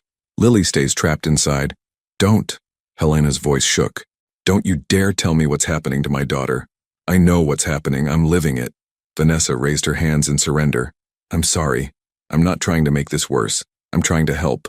"Why? What do you care about what happens to us?" "Because Julian cares. And because despite everything, I think you care about him too." Helena laughed bitterly. "Caring about Julian is what got me into this mess." From the bedroom came sounds of Lily stirring. Helena immediately moved toward the sound, muscle memory taking over. She found Lily sitting up in her crib, hair wild from sleep, clutching her stuffed rabbit. "Mama, park now?" Helena's heart cracked. "Not today, baby. But Lily want park. Want duckies." "I know, sweetheart, soon. Now. Park now." The tantrum was building. Helena could feel it coming like a storm. She lifted Lily from the crib, but the child arched her back, screaming. Real frustration. Real anger at being confined for days. Helena carried her thrashing daughter to the living room where Vanessa stood looking helpless. "Let me..." Vanessa reached for the toy bag. "I brought some things. Maybe..." She pulled out an elaborate dollhouse, the kind that probably cost more than Helena's rent. Lily's screaming stopped mid-wail. "House," she breathed. "It's for you," Vanessa said gently. "Want to play?" Lily nodded, suddenly calm. Vanessa set the dollhouse on the floor, and Lily immediately dropped to her knees beside it, fascination replacing fury. Helena and Vanessa watched in silence as Lily explored the tiny rooms, the miniature furniture. "You can't buy her happiness," Helena said quietly. "I'm not trying to. But right now, a distraction seemed kinder than watching her suffer." Helena couldn't argue with that. They sat on the couch while Lily played. The apartment felt smaller with Vanessa in it, her elegant presence making the worn furniture and cheap curtains more obvious. "Julian wants to help," Vanessa said after a while. "He's been trying to call you." "I know. I've seen the missed calls. He has a solution, if you'll hear it." "A solution?" Helena repeated. "Let me guess. Money, security, a new apartment in a building with better privacy." "Actually, yes to all of those things, but also," Vanessa paused, "he wants you and Lily to stay at the penthouse, temporarily, until the media attention dies down." Helena stared at her. "You're joking. The building has 24-hour security, doormen who know how to handle press, underground parking. No one could get to you or Lily without going through multiple checkpoints." "Live with Julian. Live in safety," Vanessa corrected. "Look, I know it's not ideal. I know you two have history and complications and, let's be honest, unresolved feelings that make everything messy. But right now that penthouse is the safest place for you and Lily." "I can't." "Why not?" "Because," Helena gestured helplessly, "because I spent 2 years building a life separate from him. Because the moment I step back into his world, I lose the independence I fought for. Because you're terrified you still love him," Vanessa finished gently. Helena's throat closed. "I see the way you look at him," Vanessa continued. "The way he looks at you. Whatever ended your marriage, the feelings didn't end with it. Feelings aren't enough. They weren't enough then. Maybe not. But Lily is real. The photographers outside are real. Your landlord threatening eviction is real. You can hate Julian's world all you want, but right now, it's the only thing that can protect you from itself." Lily chose that moment to bring over a tiny plastic doll from the dollhouse. "Mama, look, baby." Helena took the doll, examining it with manufactured enthusiasm. "She's beautiful, Lily." "Lily keep?" "Yes, baby. You can keep her." Lily beamed and returned to her new toy. Helena watched her daughter play, so easily pleased by small kindnesses, so unaware of the larger forces reshaping their lives. "How long would we stay?" she asked quietly. "As long as you need. A week, a month, however long it takes for the story to fade." "And Julian? What does he expect in return?" "Nothing." Vanessa's voice was firm. "He just wants you safe, both of you." Helena closed her eyes. Every instinct screamed at her to refuse, to hold on to her pride, her independence, her carefully constructed boundaries. But Lily needed to go outside, needed routine, needed normalcy.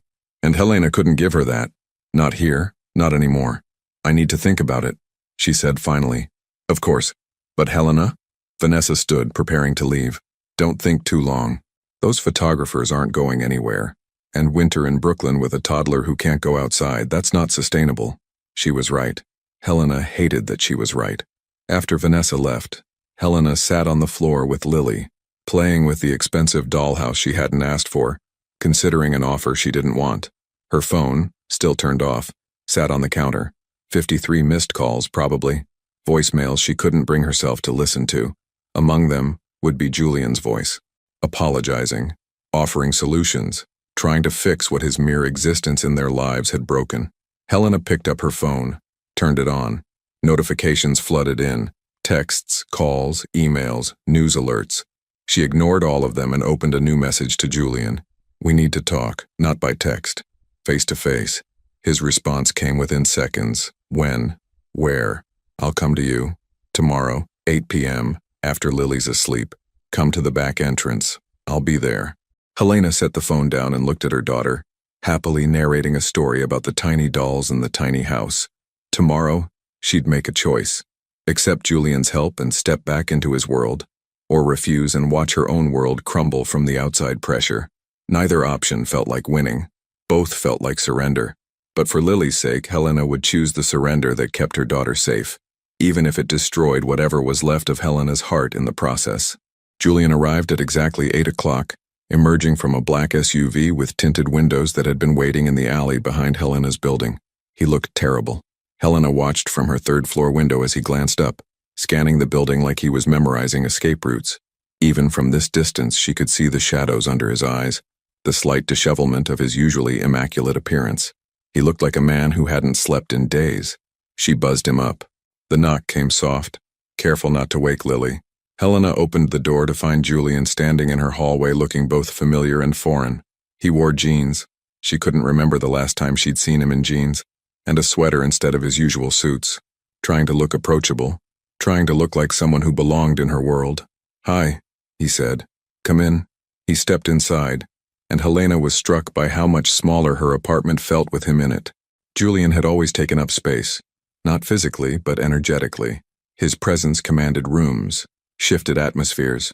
Now he stood in her tiny living room, looking lost. "Is she asleep?" he asked, nodding toward the bedroom. "Out cold. She had a big day. We managed to get to the park during a shift change with the photographers. 20 minutes of freedom before they found us again." Julian's jaw tightened. "I'm sorry. I know you are." Helena gestured to the couch. "Sit, please." They sat at opposite ends, the distance between them calculated. Helena had rehearsed this conversation in her head approximately 200 times since texting him. None of her rehearsals included how surreal it would feel to have him here, in the space she'd built without him. "Vanessa came by," Helena started. "I know. She told me. She said you have a proposition." "Not a proposition. An offer. There's a difference." Helena raised an eyebrow. "Is there?" Julian leaned forward, forearms on his knees. "Helena, I'm not trying to control you or manipulate you into anything. I'm trying to keep you and Lily safe from a situation I created. You didn't create the paparazzi. I created the circumstances that made you newsworthy. If you hadn't been married to me, if you hadn't shown up at my party, if I hadn't—" He stopped. "This is my fault. Let me fix it. You can't fix everything with money and security teams, Julian. I know that. But I can fix this. The penthouse has security, privacy, space. You and Lily could stay there until the media moves on. No strings, no expectations, just safety." Helena studied him. "No expectations? None. So we'd just be house guests, temporarily displaced refugees from our own lives. If that's how you need to frame it, yes. And what about you? Would you still be living there?" Julian hesitated. "It's my home, but I could stay elsewhere if that's what you want. Hotels, one of the company apartments." "Don't be ridiculous. I'm not kicking you out of your own home." "Then what do you want?" Helena stood, pacing to the window. Outside, the photographers had thinned to 3 diehards, waiting for one more shot, one more angle. "I want my apartment back," she said quietly. "I want my privacy. I want Lily to be able to go to the park without being photographed. I want my life to be mine again. I know, but I can't have that. Not now. Maybe not for weeks." She turned to face him. "So yes, I'll accept your offer. We'll stay at the penthouse. But I need you to understand something, Julian. Okay, this isn't us getting back together. This isn't a second chance or a trial run or whatever romantic notion you might be harboring. This is me accepting help because my daughter's well-being comes before my pride. I understand. Do you? Because I saw how you looked at me on New Year's. I heard what you said. And I need you to know that whatever you're hoping might happen." "Helena," he stood, closing some of the distance between them. "I'm not expecting anything. I'm not hoping for reconciliation or romance or— I just want you safe, both of you. That's all."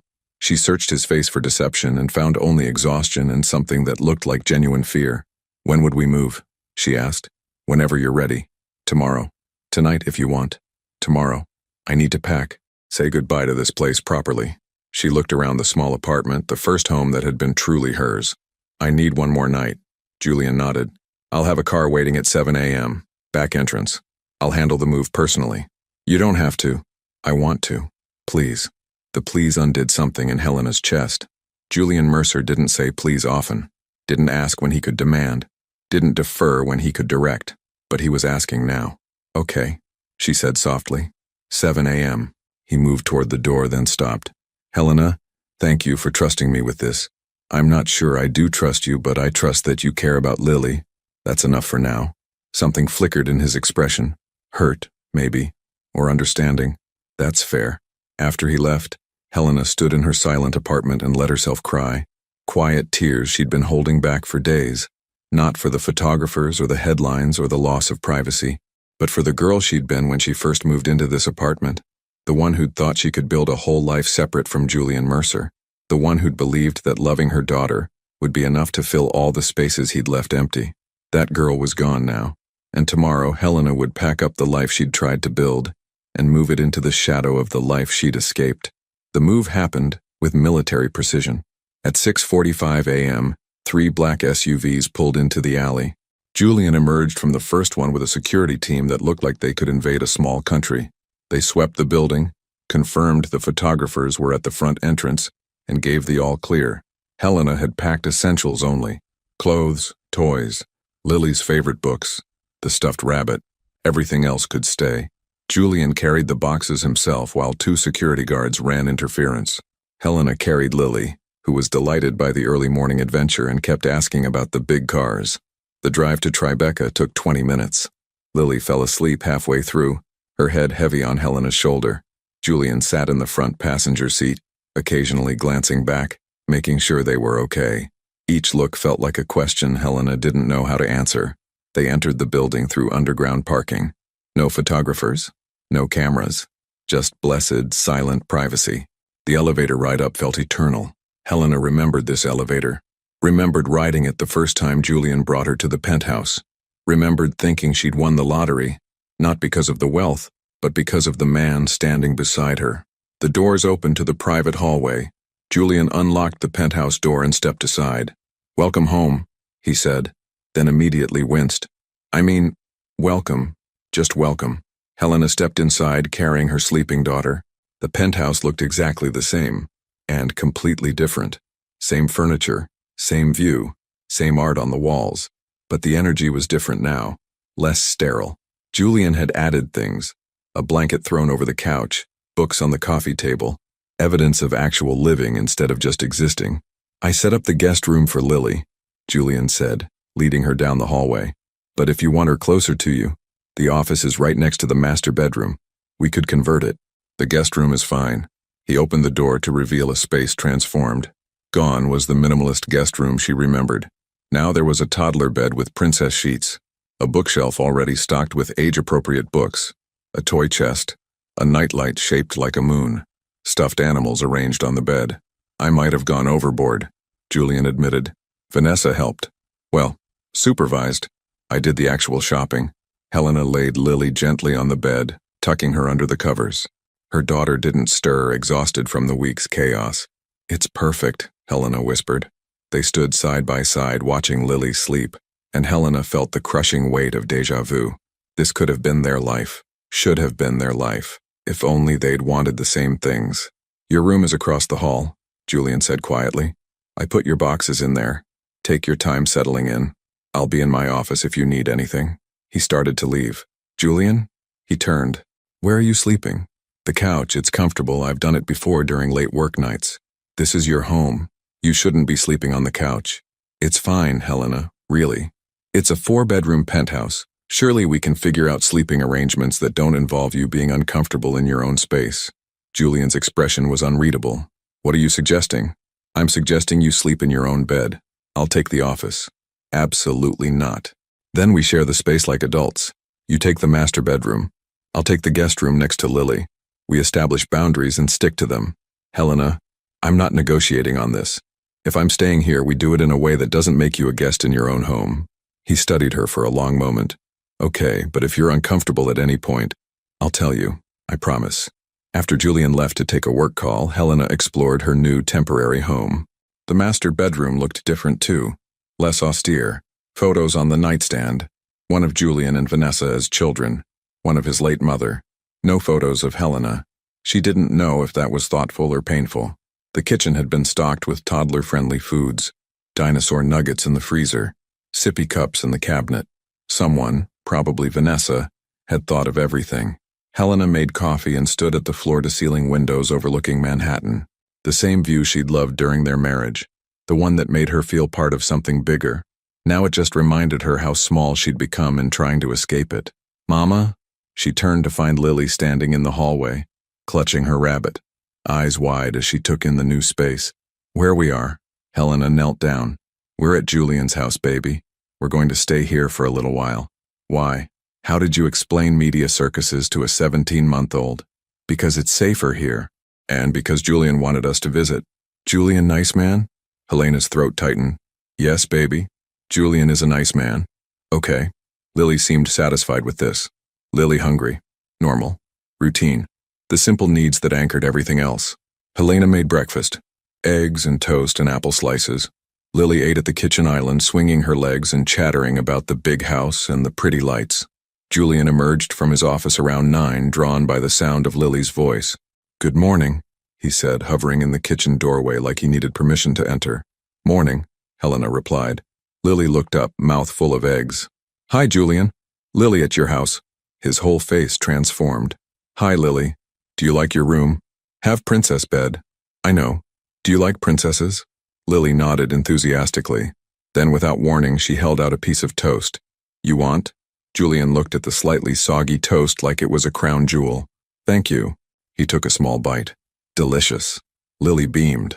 Helena watched this exchange, her daughter offering food, this man accepting it with reverence, and felt something crack in her carefully maintained defenses. This was what she'd wanted to avoid. This domesticity, this glimpse of what could have been. But it was also what Lily deserved. A father who showed up, who tried, who looked at her like she'd hung the stars. I need to work, Helena said abruptly. Do you have somewhere I can set up my laptop? My office, I'll work from the dining table. You don't have to. Helena, please let me help, even in small ways. She nodded, not trusting her voice. The day passed in careful choreography. Julian working at the dining table, Helena in the office, Lily playing between them, creating bridges neither adult knew how to cross. Lunch was awkward. Dinner was worse. They moved around each other like dancers who'd forgotten the steps, muscle memory fighting with current reality. By the time Lily's bedtime arrived, Helena was exhausted from the effort of maintaining boundaries. She gave Lily a bath in the massive guest bathroom, reading 3 stories, singing 2 lullabies. Lily fought sleep like always, asking for water, then her rabbit, then one more story. Finally, her eyes closed. Helena crept out of the room to find Julian sitting in the hallway, his back against the wall. How long have you been there? She asked. Since the 3rd story. I wanted to hear you read to her. Is that weird? A little. But also, Helena slid down the wall to sit beside him. Also kind of sweet. They sat in silence, shoulders almost touching. Thank you for this, Helena said finally. For all of it. The room, the food, the security. I know I'm not making it easy.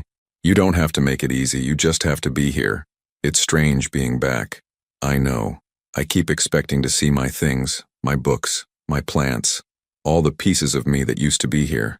I kept some of them, Julian admitted quietly. In storage. I couldn't bring myself to donate everything. There's a box in the basement. Your favorite coffee mug. That hideous throw blanket you loved. Some books. I thought maybe someday. He stopped. Helena's heart was hammering. Someday what? Someday you'd want them back. Or I'd be brave enough to throw them away. Neither happened. She didn't know what to say to that. They sat in the hallway outside their daughter's room. 2 people who'd loved each other, and lost each other, and now found themselves in this strange liminal space between past and future. I miss you, Julian said into the silence. I know I'm not supposed to say that. I know we're not doing this. But sitting here with you in this house with our daughter sleeping in the next room, I miss you, I miss us. Helena closed her eyes. Julian, I know it's not fair. I know you're only here because you have to be. But I need you to know anyway. Because maybe if I say it out loud, I can stop carrying it around like a secret. I miss you too, Helena whispered. That's what makes this so hard. I spent 2 years trying to stop missing you. Building a life where missing you wasn't the loudest feeling in every room. And now I'm here and it's like no time passed at all. What if that means something? It means we loved each other. Past tense. It doesn't mean we're good for each other. Are you sure? Helena turned to look at him. In the dim hallway light, he looked younger, vulnerable, like the man who'd proposed to her in a restaurant in Paris. So nervous he'd almost dropped the ring. No, she admitted. I'm not sure of anything anymore. Julian reached for her hand. Helena let him take it. They sat there holding hands in the hallway like teenagers, while their daughter slept and the city glittered outside, and the future waited with the patience of something inevitable. Neither of them moved. Neither of them let go. And for the first time in 2 years, Helena let herself wonder if maybe, just maybe, some broken things could be mended after all. 3 weeks of living together had created a rhythm Helena hadn't expected. Julian worked from home more often now. His office door open so he could hear Lily's laughter echoing through the penthouse. He'd learned her schedule. Nap at 11:30, snack at 3, bath at 6:30. He'd mastered the art of making dinosaur-shaped pancakes and could recite Goodnight Moon from memory. He was becoming a father, and Helena was terrified of how much she loved watching it happen. It was a Tuesday morning when everything shifted. Helena sat at the kitchen island working on a marketing proposal, while Lily built an elaborate tower of blocks on the living room floor. Julian was on a conference call in his office, his voice a low murmur through the partially open door. Domestic, peaceful, almost perfect. The elevator chimed. Helena looked up, confused. They weren't expecting anyone. Security was supposed to call before sending anyone up. The doors opened to reveal a woman in a cream-colored coat and designer boots, her blonde hair styled in perfect waves. She stepped into the penthouse like she owned it. "Julian," she called out. "Darling, your secretary said you were working from home. I hope you don't mind me just—" She stopped mid-sentence, her eyes landing on Helena, then on Lily. The woman's expression cycled through surprise, confusion, and something that looked like calculation. "Oh," she said. "You must be the—" She paused delicately. "The situation." Helena stood slowly. "Excuse me?" Julian's office door opened. He emerged, phone still to his ear, then froze when he saw their visitor. "I'll call you back," he said into the phone, hanging up without waiting for a response. "Vivian, what are you doing here?" Vivian. The name hit Helena like ice water. Julian's ex-fiancée from before they'd met.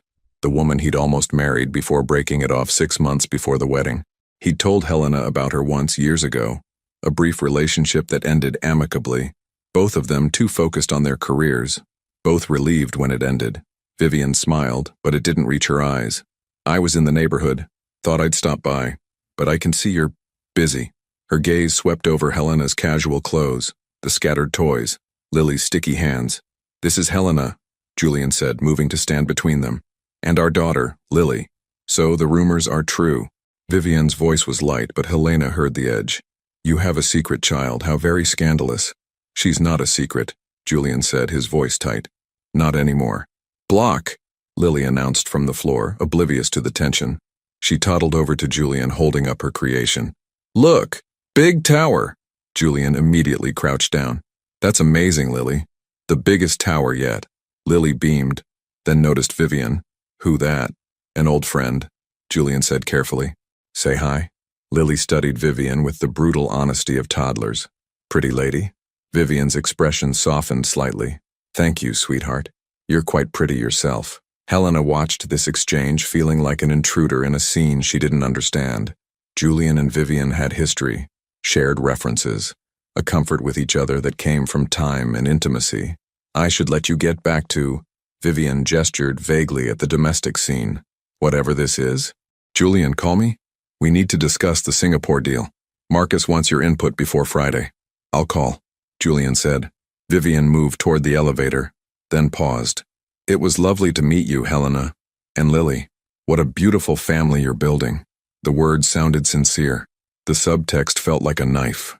After she left, silence filled the penthouse. "Who was that really?" Helena asked quietly. Julian ran a hand through his hair. "Exactly who I said. Vivienne Laurent. We were engaged 10 years ago. It ended before we got married. Now we're business associates. She's a partner at Laurent Investments. We occasionally collaborate on deals. You didn't mention she was still in your life, because she's not. Not in any meaningful way. She has elevator access to your penthouse, Julian." He closed his eyes. "A few people do. Business partners, family. She's not anything to me, Helena. She called you darling. That's just how she talks. It means she's comfortable here. Comfortable with you. Comfortable enough to just show up." Lily, sensing tension, came over and grabbed Helena's leg. "Mama? Sad?" Helena picked her up, needing the weight of her daughter to anchor her. "No, baby. Mama's fine." But she wasn't fine. She'd spent 3 weeks in this penthouse falling back into patterns with Julian, morning coffee together while Lily ate breakfast, shared glances over their daughter's head, hands brushing when they both reached for the same toy, the way he'd started touching her lower back when he passed behind her in the kitchen, small intimacies that felt like they were rebuilding something. Now Vivian had appeared, perfectly polished and professional, reminding Helena that Julian had a whole life she wasn't part of, business deals and partnerships and beautiful ex-fiancés who called him darling and had elevator access. "I need to take Lily to the park," Helena said abruptly. "Helena, we need air. We've been cooped up for days. The photographers, I don't care about the photographers. I need out of this apartment." She grabbed Lily's coat, her hands shaking. Julian watched helplessly as she bundled their daughter up, grabbed the stroller from the closet. "Let me come with you," he offered. "No, Helena, please. Let's talk about this." "There's nothing to talk about. You have business associates, ex-fiancés who drop by, a life that exists separate from us. I get it. That's not what this is. Isn't it?" Helena turned to face him. "You wanted me here to protect us from media attention. Well, mission accomplished. The story's dying down. Maybe it's time Lily and I went back to Brooklyn." Julian's face went pale. "You want to leave? I want to remember why I left in the first place, before I make the mistake of forgetting again." She left before he could respond, before she could see the hurt in his expression, before she could change her mind. The park was blessedly empty on a Tuesday morning. Helena pushed Lily on the swings, watching her daughter's delighted squeals, trying to focus on this moment instead of the chaos in her head. A photographer appeared after 20 minutes, but Helena ignored him. Let them take pictures. She was tired of hiding. "Mama, higher!" Lily demanded. Helena pushed higher, and Lily's laughter filled the air. This was real. This mattered. Her daughter's joy, her safety, her future. Not Julian's ex-fiancés or business deals or the complicated web of his life. But even as Helena told herself this, she couldn't stop thinking about how Julian had looked crouching down with Lily, how natural he'd become at fatherhood, how right it felt to have him there, how much it would hurt to leave again. Her phone buzzed. A text from Cassidy. "Turn on the news." Helena's stomach dropped. She pulled out her phone, opening a news app. The headline made her blood run cold. "Mercer moving on. Billionaire spotted with ex-fiancé while baby mama in residence." Below it, a photo. Julian and Vivienne in what looked like a restaurant, laughing over wine glasses. The caption claimed it was from last night. Last night when Julian said he was working late at the office. Helena's hands trembled. She looked at Lily, obliviously happy on the swings, and felt something inside her crack. She'd been so stupid, so ready to believe that this time would be different, that Julian had changed, that they could build something new from the wreckage of their marriage. But people didn't change. Not really. Helena pulled Lily from the swing, ignoring her protests, and headed back to the penthouse. She needed to pack, needed to get out before she made the mistake of staying. When she entered, Julian was pacing the living room, phone in hand. He looked up when they entered, relief flooding his face. "Thank God. I was about to send security to find you." "Don't bother." Helena unstrapped Lily from the stroller. "We're leaving." "What? Why?" She held up her phone, showing him the article. Julian's expression shifted from confusion to horror. "Helena, that photo is from 3 months ago, before you even came to the New Year's party. Someone's running old photos to create a story that doesn't exist. How convenient." "It's true. I can prove it. Look at my calendar. Last night I was here, all night, working in my office while you put Lily to bed. You saw me." Helena wanted to believe him, but the photo looked so recent, so real. "Vivienne called you darling," she said, her voice breaking.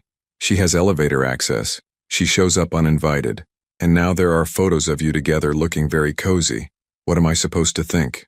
You're supposed to trust me." "Trust you? Julian, you kept me at arm's length for our entire marriage. You wouldn't even consider having children with me. Now you expect me to believe you've changed, that this," she gestured at the penthouse, at their situation, "is real and not just guilt or obligation." "It's not guilt.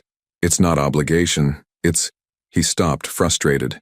"I'm trying to show you that I've changed, that I want this, want you, want our family, want or need, because there's a difference.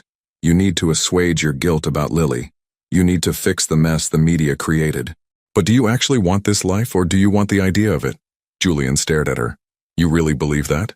After these 3 weeks? After watching me learn to be her father? After—" His voice dropped. "After the way I look at you?" Helena's throat tightened. "I don't know what I believe anymore." Lily, confused by the raised voices, started to cry. Helena immediately scooped her up, soothing her automatically. "Don't leave," Julian said quietly. "Please, stay. Let me prove the photo is old. Let me prove that I'm serious about this. And then what? We play house until the next crisis? Until the next beautiful woman from your past shows up? Until you realize that this life, the messy, unglamorous reality of parenthood, isn't what you actually wanted? That won't happen. You can't promise that." "Yes, I can. Because I love you. The words hung in the air between them. Helena felt tears streaming down her face. Don't say that unless you mean it. Unless you're absolutely sure. Julian crossed the distance between them, careful not to crowd them, careful not to presume. I've loved you since the day you walked into that charity auction. I loved you through our marriage. I loved you when you left. I loved you every day of the 2 years we were apart. And I love you now, standing here with our daughter, terrified that you're going to walk out that door and I'll lose you both. You didn't fight for us before. I was an idiot before. I was scared and proud and convinced that admitting I was wrong meant admitting weakness. But I'm done being scared. I'm done pretending I don't need you.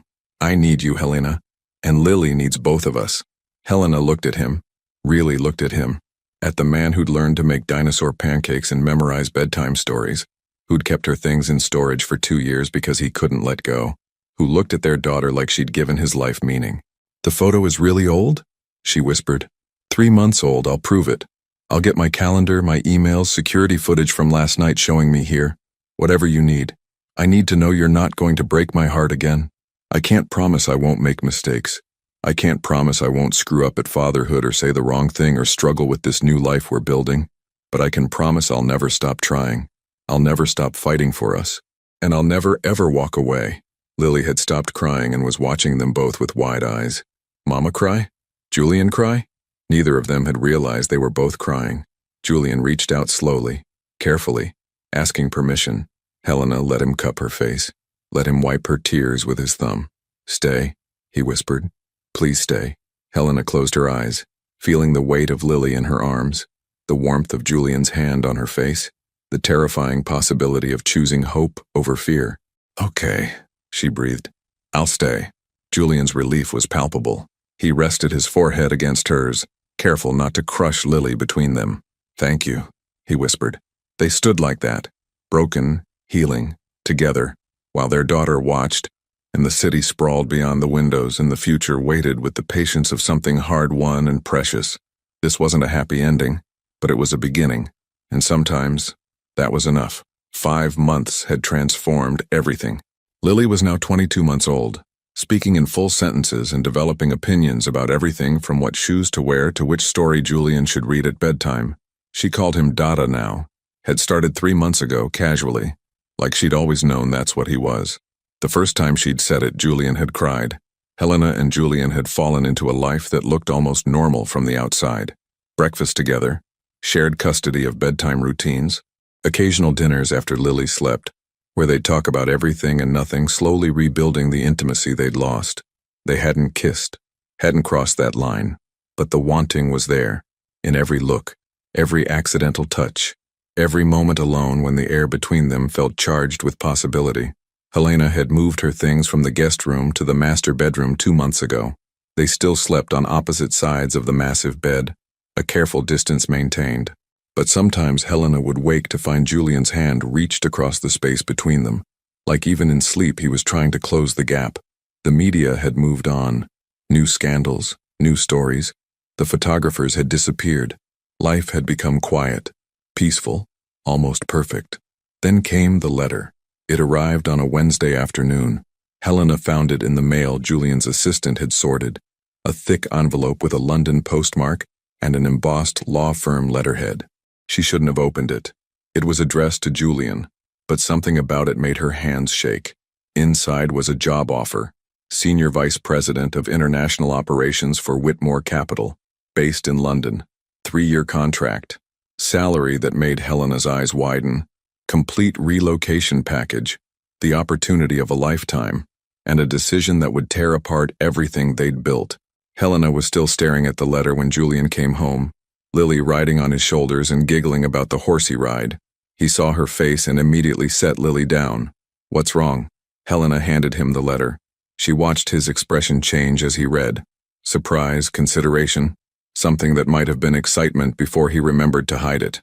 Helena, don't. She held up a hand. Don't explain. Don't justify. Just tell me the truth. Did you apply for this? Julian closed his eyes. 3 months ago. Before everything. Before he gestured between them. It was a contingency. A backup plan if things didn't work out here. A backup plan, Helena repeated numbly.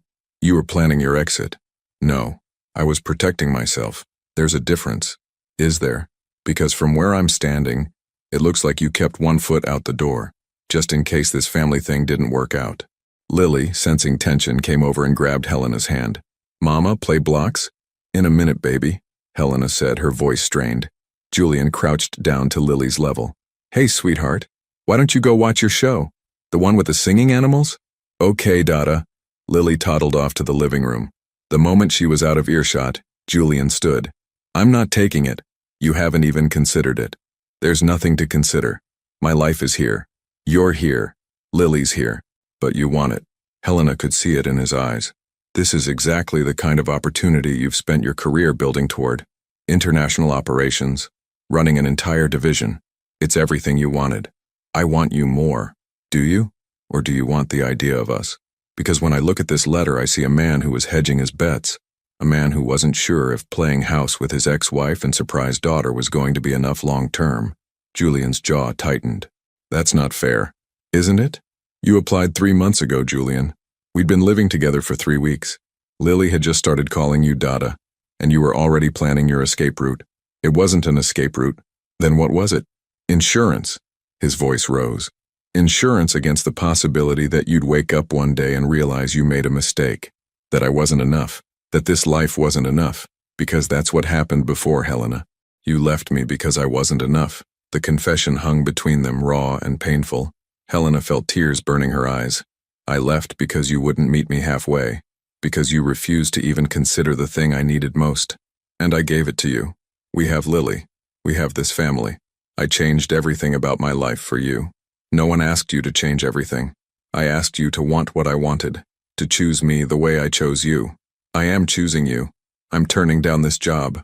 I'm staying here. Are you? Or are you resenting me for it? Because I can see it in your face, Julian.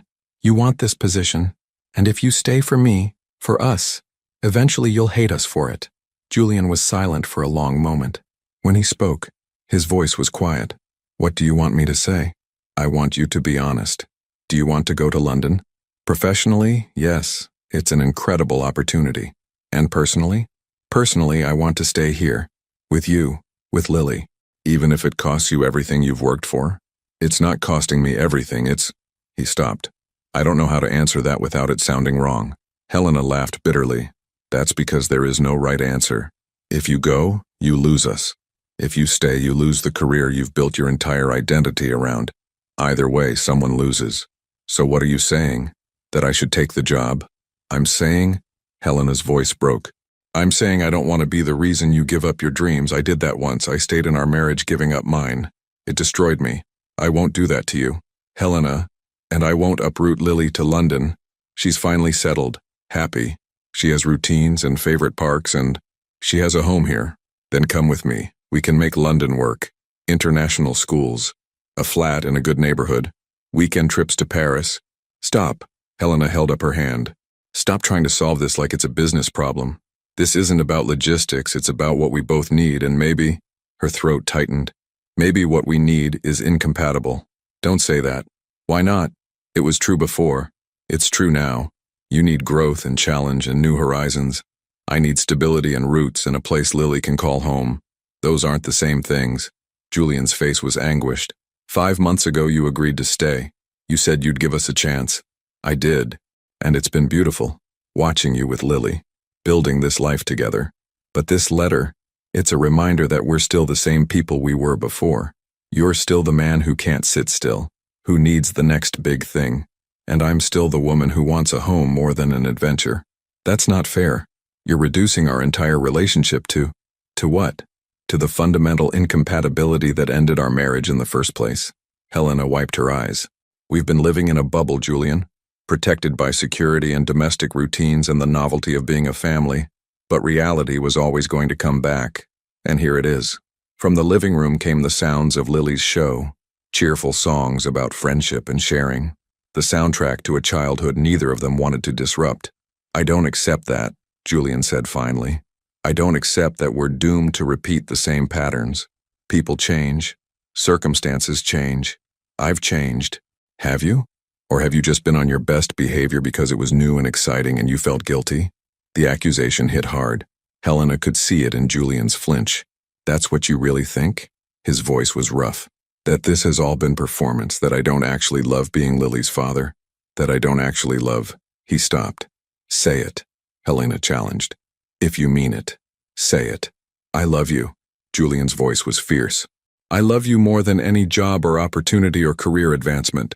I love you more than London or New York or anywhere else in the world. And I'm not taking that position because losing you again would destroy me. Helena's tears were falling freely now. And what happens in 6 months? A year? When another opportunity comes? When you start feeling restless and confined? When you look at Lily and me and see the life you gave up instead of the life you chose? That won't happen. You can't promise that. Yes, I can. Julian closed the distance between them, his hands framing her face. Because I already lived without you. For 2 years I woke up every morning in an empty penthouse and pretended I was fine. I threw myself into work and told myself that career success was enough. And it was a lie, Helena. Every single day was a lie. Julian, I'm not saying I won't have moments of wondering what if. I'm not saying I'll never be tempted by another opportunity. But I'm saying that no job, no position, no amount of professional success is worth losing you. Either of you. Helena wanted to believe him, wanted to surrender to the certainty in his voice. But she'd believed him before, had trusted that love would be enough. It hadn't been. I need time, she said finally, to think, to figure out what's best for Lily. What about what's best for you? They're the same thing. They have to be. Julian's hands dropped from her face. How much time? I don't know, a few days, a week. Helena, the offer expires in 2 weeks. I need to give them an answer. Then give them one. This is your decision, Julian, not mine. I won't be responsible for you choosing between us and your career. That's on you. She turned and walked toward the bedroom, needing distance, needing air. Behind her, she heard Julian's voice, quiet and broken. What if I choose wrong? Helena stopped but didn't turn around. Then we'll both have to live with it. She closed the bedroom door and leaned against it, listening to the sounds of her daughter laughing at animated animals, while the man she loved stood on the other side of the wood, holding an offer that could give him everything except the 2 people who'd become his whole world. And Helena had no idea which choice would break them, or if they were already broken beyond repair. 3 days passed in careful silence. Julian worked. Helena worked. They coordinated around Lily like dance partners who'd forgotten the choreography, moving through routines with mechanical precision. They hadn't discussed the letter, hadn't mentioned London, but it sat between them like a third presence, heavy and unavoidable. On the 4th day, Helena came home from a rare lunch meeting to find the penthouse empty, a note on the kitchen counter in Julian's handwriting. Took Lily to the park, back by 4. Helena checked her watch. 3:30. She made tea and stood at the windows watching the city. Somewhere out there, Julian was pushing their daughter on a swing, making her laugh, being the father he'd never thought he wanted, the father he'd become despite himself. Her phone buzzed. A text from Cassidy. Have you decided? Helena had told her friend about the offer, about the impossible choice. Cassidy's advice had been simple. What does your gut tell you? Her gut told her she was terrified, of losing Julian, of holding him back, of making the wrong choice for Lily, of loving someone so much it could destroy her again. The elevator chimed. Julian and Lily emerged, both wind-blown and pink-cheeked from the cold. Lily was chattering about ducks and slides, and a dog named Chester who'd licked her hand. Mama! She ran to Helena, arms up. Helena scooped her up, breathing in the scent of outdoors and childhood. Did you have fun, baby? So much fun! Dada pushed me really high. Did he? Helena met Julian's eyes over their daughter's head. He looked exhausted, like he hadn't slept in days. Bath time? Helena suggested to Lily. Bubbles? So many bubbles. While Helena bathed Lily, she could hear Julian moving around the penthouse, opening cabinets, making dinner probably, falling into the domestic patterns they'd established over 5 months of building a life together, a life that might be ending.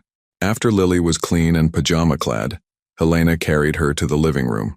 Julian had set out dinner, chicken nuggets for Lily, pasta for the adults. They ate in near silence, with only Lily's constant narration filling the spaces.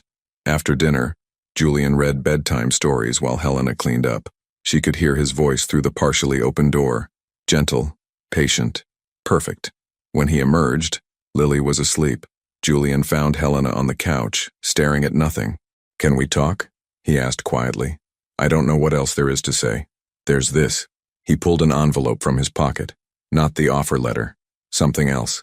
Helena took it, confused. Inside was a single sheet of paper. A formal declination of the London position. Dated yesterday. You turned it down, she whispered. I turned it down. Julian, let me finish. He sat beside her, close but not touching. I spent 3 days trying to figure out how to make this work. How to convince you to come to London. How to build a life there that would make you happy. And then I realized I was doing it again. Doing what? Trying to solve the problem instead of listening to what you need. You need stability. Lily needs stability. And I need, he paused. I need to stop running toward the next thing and start appreciating what I have. You'll resent me. No, I'll resent myself if I lose you again. This job, it's not worth that price. Helena's eyes filled with tears. You can't give up your dreams for me. I'm not. I'm realizing my dreams changed. 5 months ago, London would have been everything I wanted. But now, he gestured at the penthouse, at the bedroom where their daughter slept. This is everything. You, Lily, pancakes on Saturday mornings, bedtime stories, fighting about whose turn it is to do the dishes. This is what I want. Today. But what about tomorrow? Next month? Next year? I can't promise I'll never be tempted by another opportunity, but I can promise I'll never make that choice without us making it together. As a family, as partners. He took her hand. I've spent my entire adult life convinced that admitting I needed someone made me weak. But you know what's actually weak? Running away because I'm scared of being vulnerable. I'm done running, Helena. Helena looked at their joined hands. At this man who'd learned to make dinosaur pancakes and memorize picture books. Who'd kept her belongings for 2 years because he couldn't let go. Who was choosing them over everything he'd built his identity around. What if it's not enough? She whispered. What if we try this, and it still doesn't work? Then at least we'll know we tried. Really tried. Not like before, when we were both too proud and too scared to fight for it. This time, we fight. I'm terrified. So am I. Julian lifted her hand to his lips, kissing her knuckles gently. But I'd rather be terrified with you than safe without you. Helena felt something in her chest crack open. All the fear, all the protection, all the walls she'd built to keep from being hurt again. I love you, she said. I never stopped loving you, even when I hated you, even when I was trying to build a life without you. I loved you through all of it. Julian's breath caught. Helena, I'm scared you'll break my heart again. I'm scared I'll disappoint you. I'm scared Lily will get caught in the middle if we can't make this work. But I'm more scared of not trying, of walking away and spending the rest of my life wondering what if. So you'll stay? Really stay? Not as a temporary arrangement, but as your family, Helena finished. If you'll have us. Julian cupped her face in his hands, his thumbs wiping away her tears. I've wanted nothing else since the moment you walked into my New Year's party carrying our daughter. Then kiss me already. He smiled. That rare, genuine smile she'd fallen in love with 7 years ago. Thought you'd never ask. The kiss was soft at first. Tentative, like they were both afraid of breaking whatever fragile thing they'd built. Then Helena's hand slid into his hair and Julian pulled her closer, and the kiss deepened into something that felt like coming home and starting over all at once. When they finally broke apart, both breathing hard, Julian rested his forehead against hers. Marry me, he whispered. Helena laughed through her tears. We're already married. Then marry me again. Renew our vows. Let me stand in front of everyone and promise to choose you every single day. Promise to be the partner you deserve, the father Lily deserves. You already are those things. Then let me make it official. Let me prove I mean it. Helena pulled back to look at him. Really look at him. At the man he'd been and the man he'd become and the man he was still becoming. Ask me in 6 months, she said finally. After we've lived this. After we've fought and made up and figured out how to actually be a family. Then ask me. Julian smiled. Is that a maybe? It's a probably yes. But I want to earn it. We both do. Deal. He kissed her again, softer this time. 6 months. 6 months, Helena agreed. They sat together on the couch where they'd had so many careful conversations, where they'd maintained so much distance. Now Helena was tucked into Julian's side, his arm around her shoulders, both of them watching the city lights through floor-to-ceiling windows. What do we tell Lily? Julian asked. The truth, that Mama and Dada love each other, that we're a family. She'll have questions. She's 22 months old. Her biggest question will be whether she can have ice cream for breakfast. Julian laughed, the sound rumbling through his chest. Fair point. They sat in comfortable silence for a while. Then Julian spoke again. Thank you. For what? For giving me a second chance. For bringing Lily to my New Year's party. For staying when I gave you every reason to leave. For, his voice caught, for still loving me after everything. Helena turned to face him. I think some people are meant to find each other, no matter how many times they get it wrong, no matter how much time passes. We just needed to grow enough to deserve each other. Are we there yet? I think we're getting there. One dinosaur pancake at a time. Julian pulled her close and Helena let herself sink into his embrace. Let herself believe that this time, they'd get it right. Because they'd both learned the hard lessons. Both grown. Both chosen each other when it would have been easier to walk away. And that had to count for something. That had to be enough. Outside, the city continued its endless rhythm. Inside, a family knit itself back together with patience and hope, and the kind of love that survives everything, even itself. It wasn't a fairy tale ending. It was better. It was real. 18 months later, the summer sun streamed through the windows of the Brooklyn brownstone, catching dust motes in its golden light. Helena stood in the kitchen, her kitchen now truly hers, watching Julian attempt to wrangle a 3-year-old who had very strong opinions about wearing shoes. Lily, we've discussed this, Julian said, with the patience of a man who'd had this exact conversation 47 times. The park requires shoes. But feet like freedom, Lily announced, wiggling her toes for emphasis. Helena bit back a smile. Their daughter had inherited Julian's stubbornness and her own creativity. The combination was formidable. How about a compromise? Julian crouched to her level. Sandals? They're almost like being barefoot. Lily considered this with the gravity of a Supreme Court justice. Pink sandals? The pink ones it is. Crisis averted. Julian looked up at Helena and grinned. That smile still did things to her heart. They'd moved into the brownstone 4 months ago. Not back to Helena's old Brooklyn apartment. Too many memories of being trapped by photographers. And not staying in the Tribeca penthouse. Too much of Julian's old life. Before Lily. Before them. Something new. Something theirs. The brownstone had a backyard where Lily could play. A neighborhood with other families. A coffee shop on the corner where Helena worked some mornings while Lily attended her twice-weekly playgroup. Julian had restructured his role at Mercer Capital, bringing on a co-CEO to handle day-to-day operations while he focused on strategic planning. It meant fewer hours, more flexibility, more time for park visits and bedtime stories in the small moments that made up a life. He'd turned down 2 more international offers in the past year. Each time he'd discussed it with Helena first. Each time, the decision had been easier. Ready? Julian asked, Lily now successfully sandaled and bouncing with excitement. Almost. Helena grabbed the diaper bag. Still necessary, though Lily was mostly potty trained and very proud of it. Did you pack snacks? Apple slices, cheese crackers, and those pouches she likes. Water? 2 sippy cups. Sunscreen? Julian held up the bottle. Already applied. SPF 50.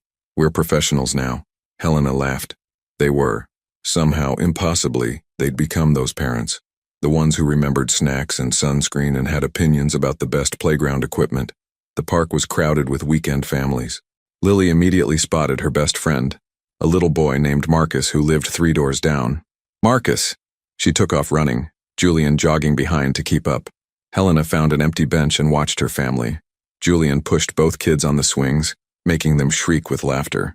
Other parents nodded at him in recognition, not because he was Julian Mercer, billionaire investor, but because he was Lily's dad, the one who showed up every weekend without fail. He'd become part of the community, part of this life. Her phone buzzed. A text from Vanessa. Dinner tonight still on? I'm bringing someone I want you to meet. Helena smiled. Vanessa had been dating a marine biologist for 3 months. It was getting serious. Can't wait. 7 p.m.? Perfect. Tell my brother to make that pasta thing he does. Helena looked up to find Julian heading toward her, Lily riding on his shoulders. Vanessa's coming for dinner, Helena said. She's bringing her boyfriend. The fish guy? Marine biologist. Right. Should I be intimidated? Absolutely. Vanessa says he's brilliant and kind and makes her laugh. So the opposite of every man she's dated before. Exactly. Julian set Lily down, and she immediately ran back to the sandbox. He sat beside Helena, their thighs touching, his arm draping naturally across her shoulders. "I have news," he said. Helena's stomach clenched. News could be anything. Good, bad, complicated. "The Singapore deal finally closed," Julian continued. "Griffin called this morning, it's done." Helena relaxed. "That's wonderful. You've been working on that for months." 11 months. "But it means a significant bonus. I was thinking," he paused. "I was thinking we could use it for the wedding." Helena turned to look at him. "Julian Mercer, are you proposing to me on a park bench while our daughter eats sand?" "She's not eating sand. She's building a—" He glanced over. "Okay, she's eating sand. Lily, no eating sand." Lily looked up guilty and went back to building. Julian turned back to Helena. "I asked you to give me 6 months. It's been 18. I've been patient. But I'm done waiting." He pulled a small box from his pocket. Helena's breath caught. "I know we're already married," Julian said softly. "I know technically this is redundant, but I want to do it right this time. I want to stand in front of our family and friends and promise to choose you every single day. Promise to be the partner you deserve, the father Lily deserves, the man I've been trying to become." He opened the box. Inside was a ring, not the massive diamond from their first engagement. Something simpler, more elegant. A sapphire surrounded by small diamonds. "Sapphire?" Helena whispered.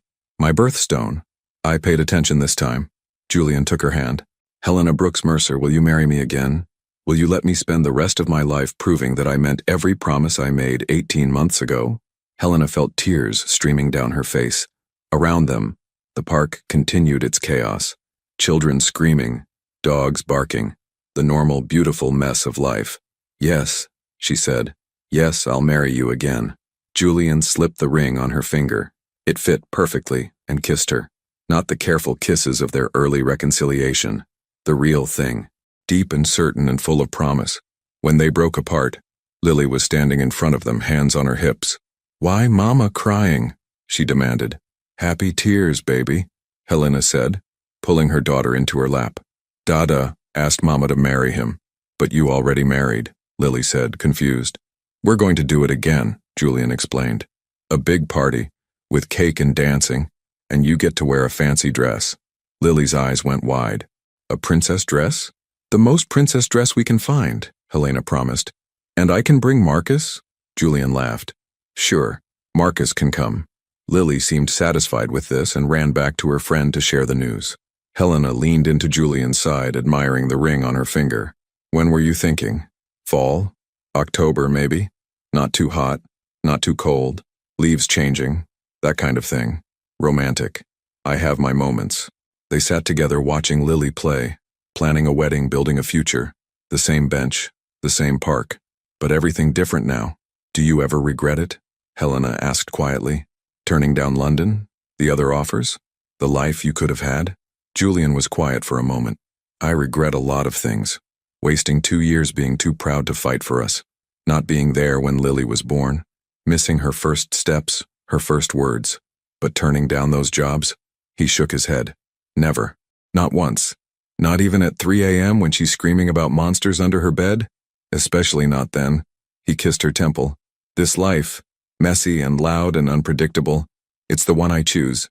Every day, I choose this." "Me too," Helena whispered. They stayed until Lily was exhausted, running on fumes and demanding to be carried.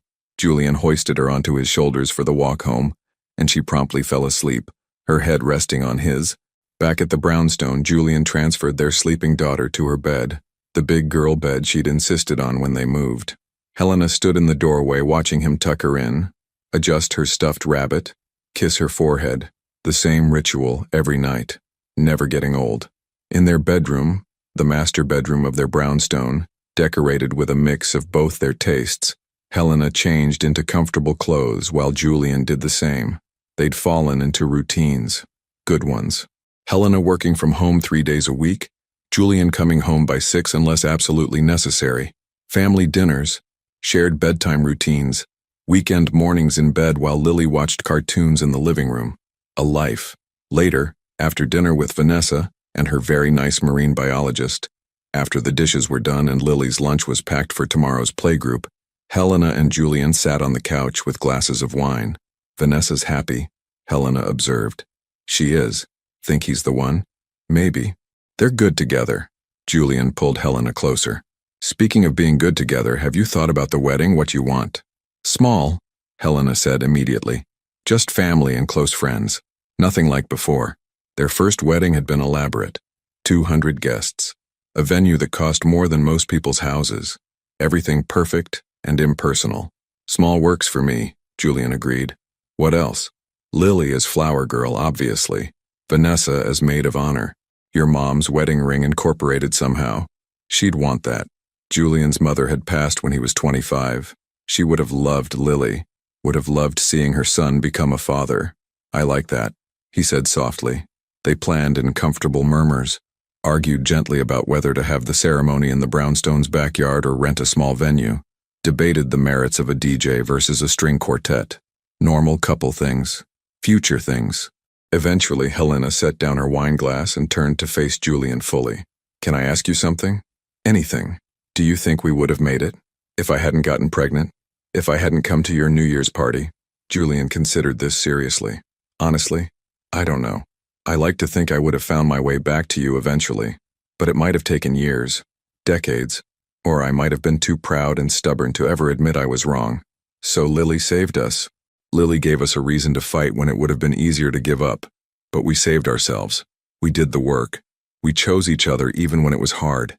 Helena rested her head on his shoulder. I'm glad we got a second chance. Me too. Julian kissed the top of her head. Though I'm planning to spend the rest of my life making sure we don't need a third. Deal. They sat in the quiet of their home, their real home, built on honesty and compromise and the kind of love that survives its own destruction. Outside, Brooklyn hummed with evening life. Inside, their daughter slept peacefully, dreaming whatever 3-year-olds dream. And upstairs, in Helena's jewelry box, sat 2 rings. The original engagement ring from 7 years ago, kept not for its value but for what it represented. The beginning of something. And the new ring, sapphire and diamonds, representing something even more precious. A second beginning. A choice made with full knowledge of the cost and the reward. A promise that this time, they'd get it right.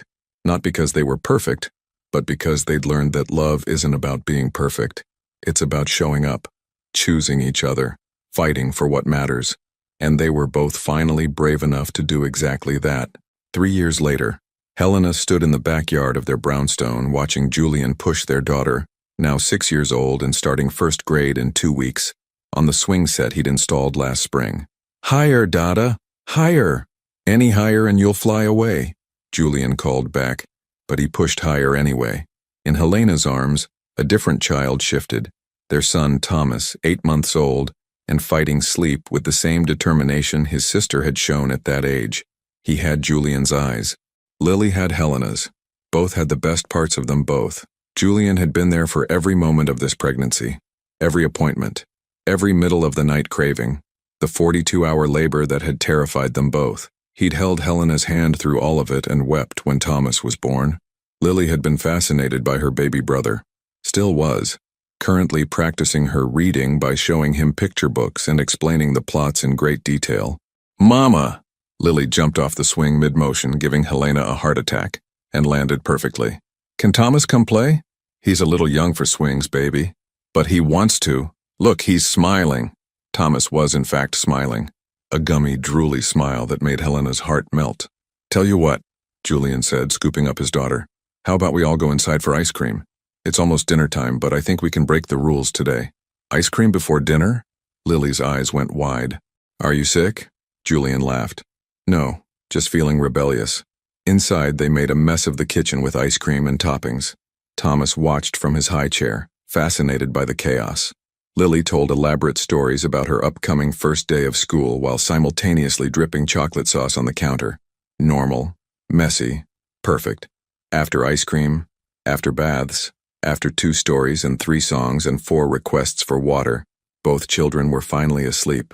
Helena and Julian collapsed onto the couch in their living room, the same couch where they'd sat 18 months ago planning their wedding, where they'd sat countless times since, making decisions, having conversations, building their life together. I talked to my doctor today, Helena said. Julian tensed slightly. Everything okay? Everything's fine, but she asked about our family planning, whether we wanted more kids. And what did you say? Helena turned to look at him. I said I needed to talk to my husband first. What do you think? Julian was quiet for a moment. Honestly, I think 2 is perfect. I think our family is complete. But if you want more, I don't, Helena said quickly. 2 is perfect. This is perfect. Yeah? Julian pulled her close. No regrets. Not a single one. And it was true. The life they'd built, noisy and chaotic and nothing like what either of them had planned, was exactly right. Helena thought about the woman she'd been 7 years ago, walking into a charity auction in a green dress, meeting a man who would break her heart and give her everything all at once. If she could go back and tell that woman what was coming, the love, the loss, the separation, the secret pregnancy, the reconciliation, would she change anything?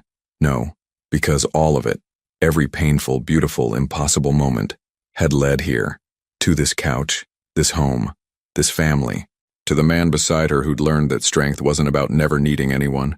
It was about being brave enough to need the right person, and to their children, sleeping upstairs, proof that some broken things could be mended, that second chances were real, that love, when fought for, could survive anything, even itself.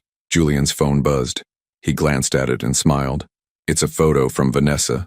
She and Eric got engaged. Helena looked at the photo, Vanessa beaming, showing off a ring, the marine biologist looking equally thrilled. She's happy, Helena said. She is. Told me she learned from watching us. Said if we could make it work after everything, she had no excuses. We're relationship goals now, that's terrifying. Julian laughed. Terrifying and accurate. They sat in comfortable silence, the kind that only came from years of knowing someone, of choosing them every day. Do you ever think about how different things could have been? Helena asked. If I hadn't come to your New Year's party? If I'd never told you about Lily? All the time, Julian admitted. And it scares me how close we came to missing this. How one different choice, you deciding not to come, me not inviting you, the babysitter not canceling, could have meant we never found our way back. But we did. We did.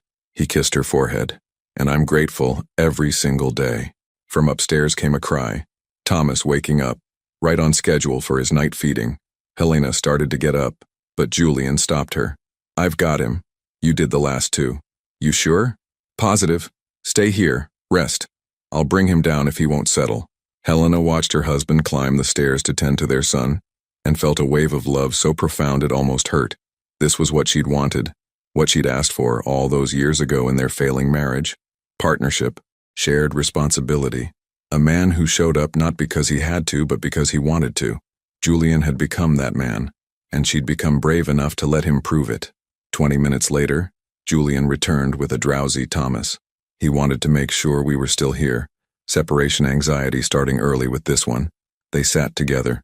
Thomas nestled between them, gradually falling back to sleep. The brownstone creaked and settled around them. Their home, their sanctuary. I love you, Helena said quietly. Julian looked at her, their son in his arms, their daughter sleeping upstairs, their life spread out around them in all its imperfect glory. I love you too, he said. Thank you for not giving up on us. Thank you for becoming worth fighting for. They sat there until Thomas was fully asleep, until the night grew late, until the moment felt complete. Then together they put their son back to bed, checked on their daughter one more time and retreated to their own room, to their own bed, their own life, the one they'd almost lost, the one they'd fought to rebuild, the one that proved beyond any doubt that some loves are worth the breaking, because the healing makes them stronger than they ever were before. Helena Brooks Mercer fell asleep that night the way she did every night now, wrapped in Julian's arms, their children sleeping peacefully down the hall, her heart finally, completely at peace. The silence that had once separated them had transformed into something else. Not absence, not distance, but the comfortable quiet of 2 people who no longer needed words to understand each other, who'd learned that love wasn't about never making mistakes. It was about choosing to stay and fix them together. And they had, every single day. They chose each other, and that made all the difference. Would you have had the courage to give someone a second chance after they'd broken your heart? Would you have risked everything for love, knowing it might destroy you again? Share your thoughts in the comments below. Your participation means a lot to the channel. Please share your thoughts and let us know what you think about Julian and Helena's journey. Thank you for watching. If you enjoyed the story, please subscribe to our channel and leave a comment below letting us know what you thought. Your feedback and support mean a lot to us. Stay tuned for more exciting stories.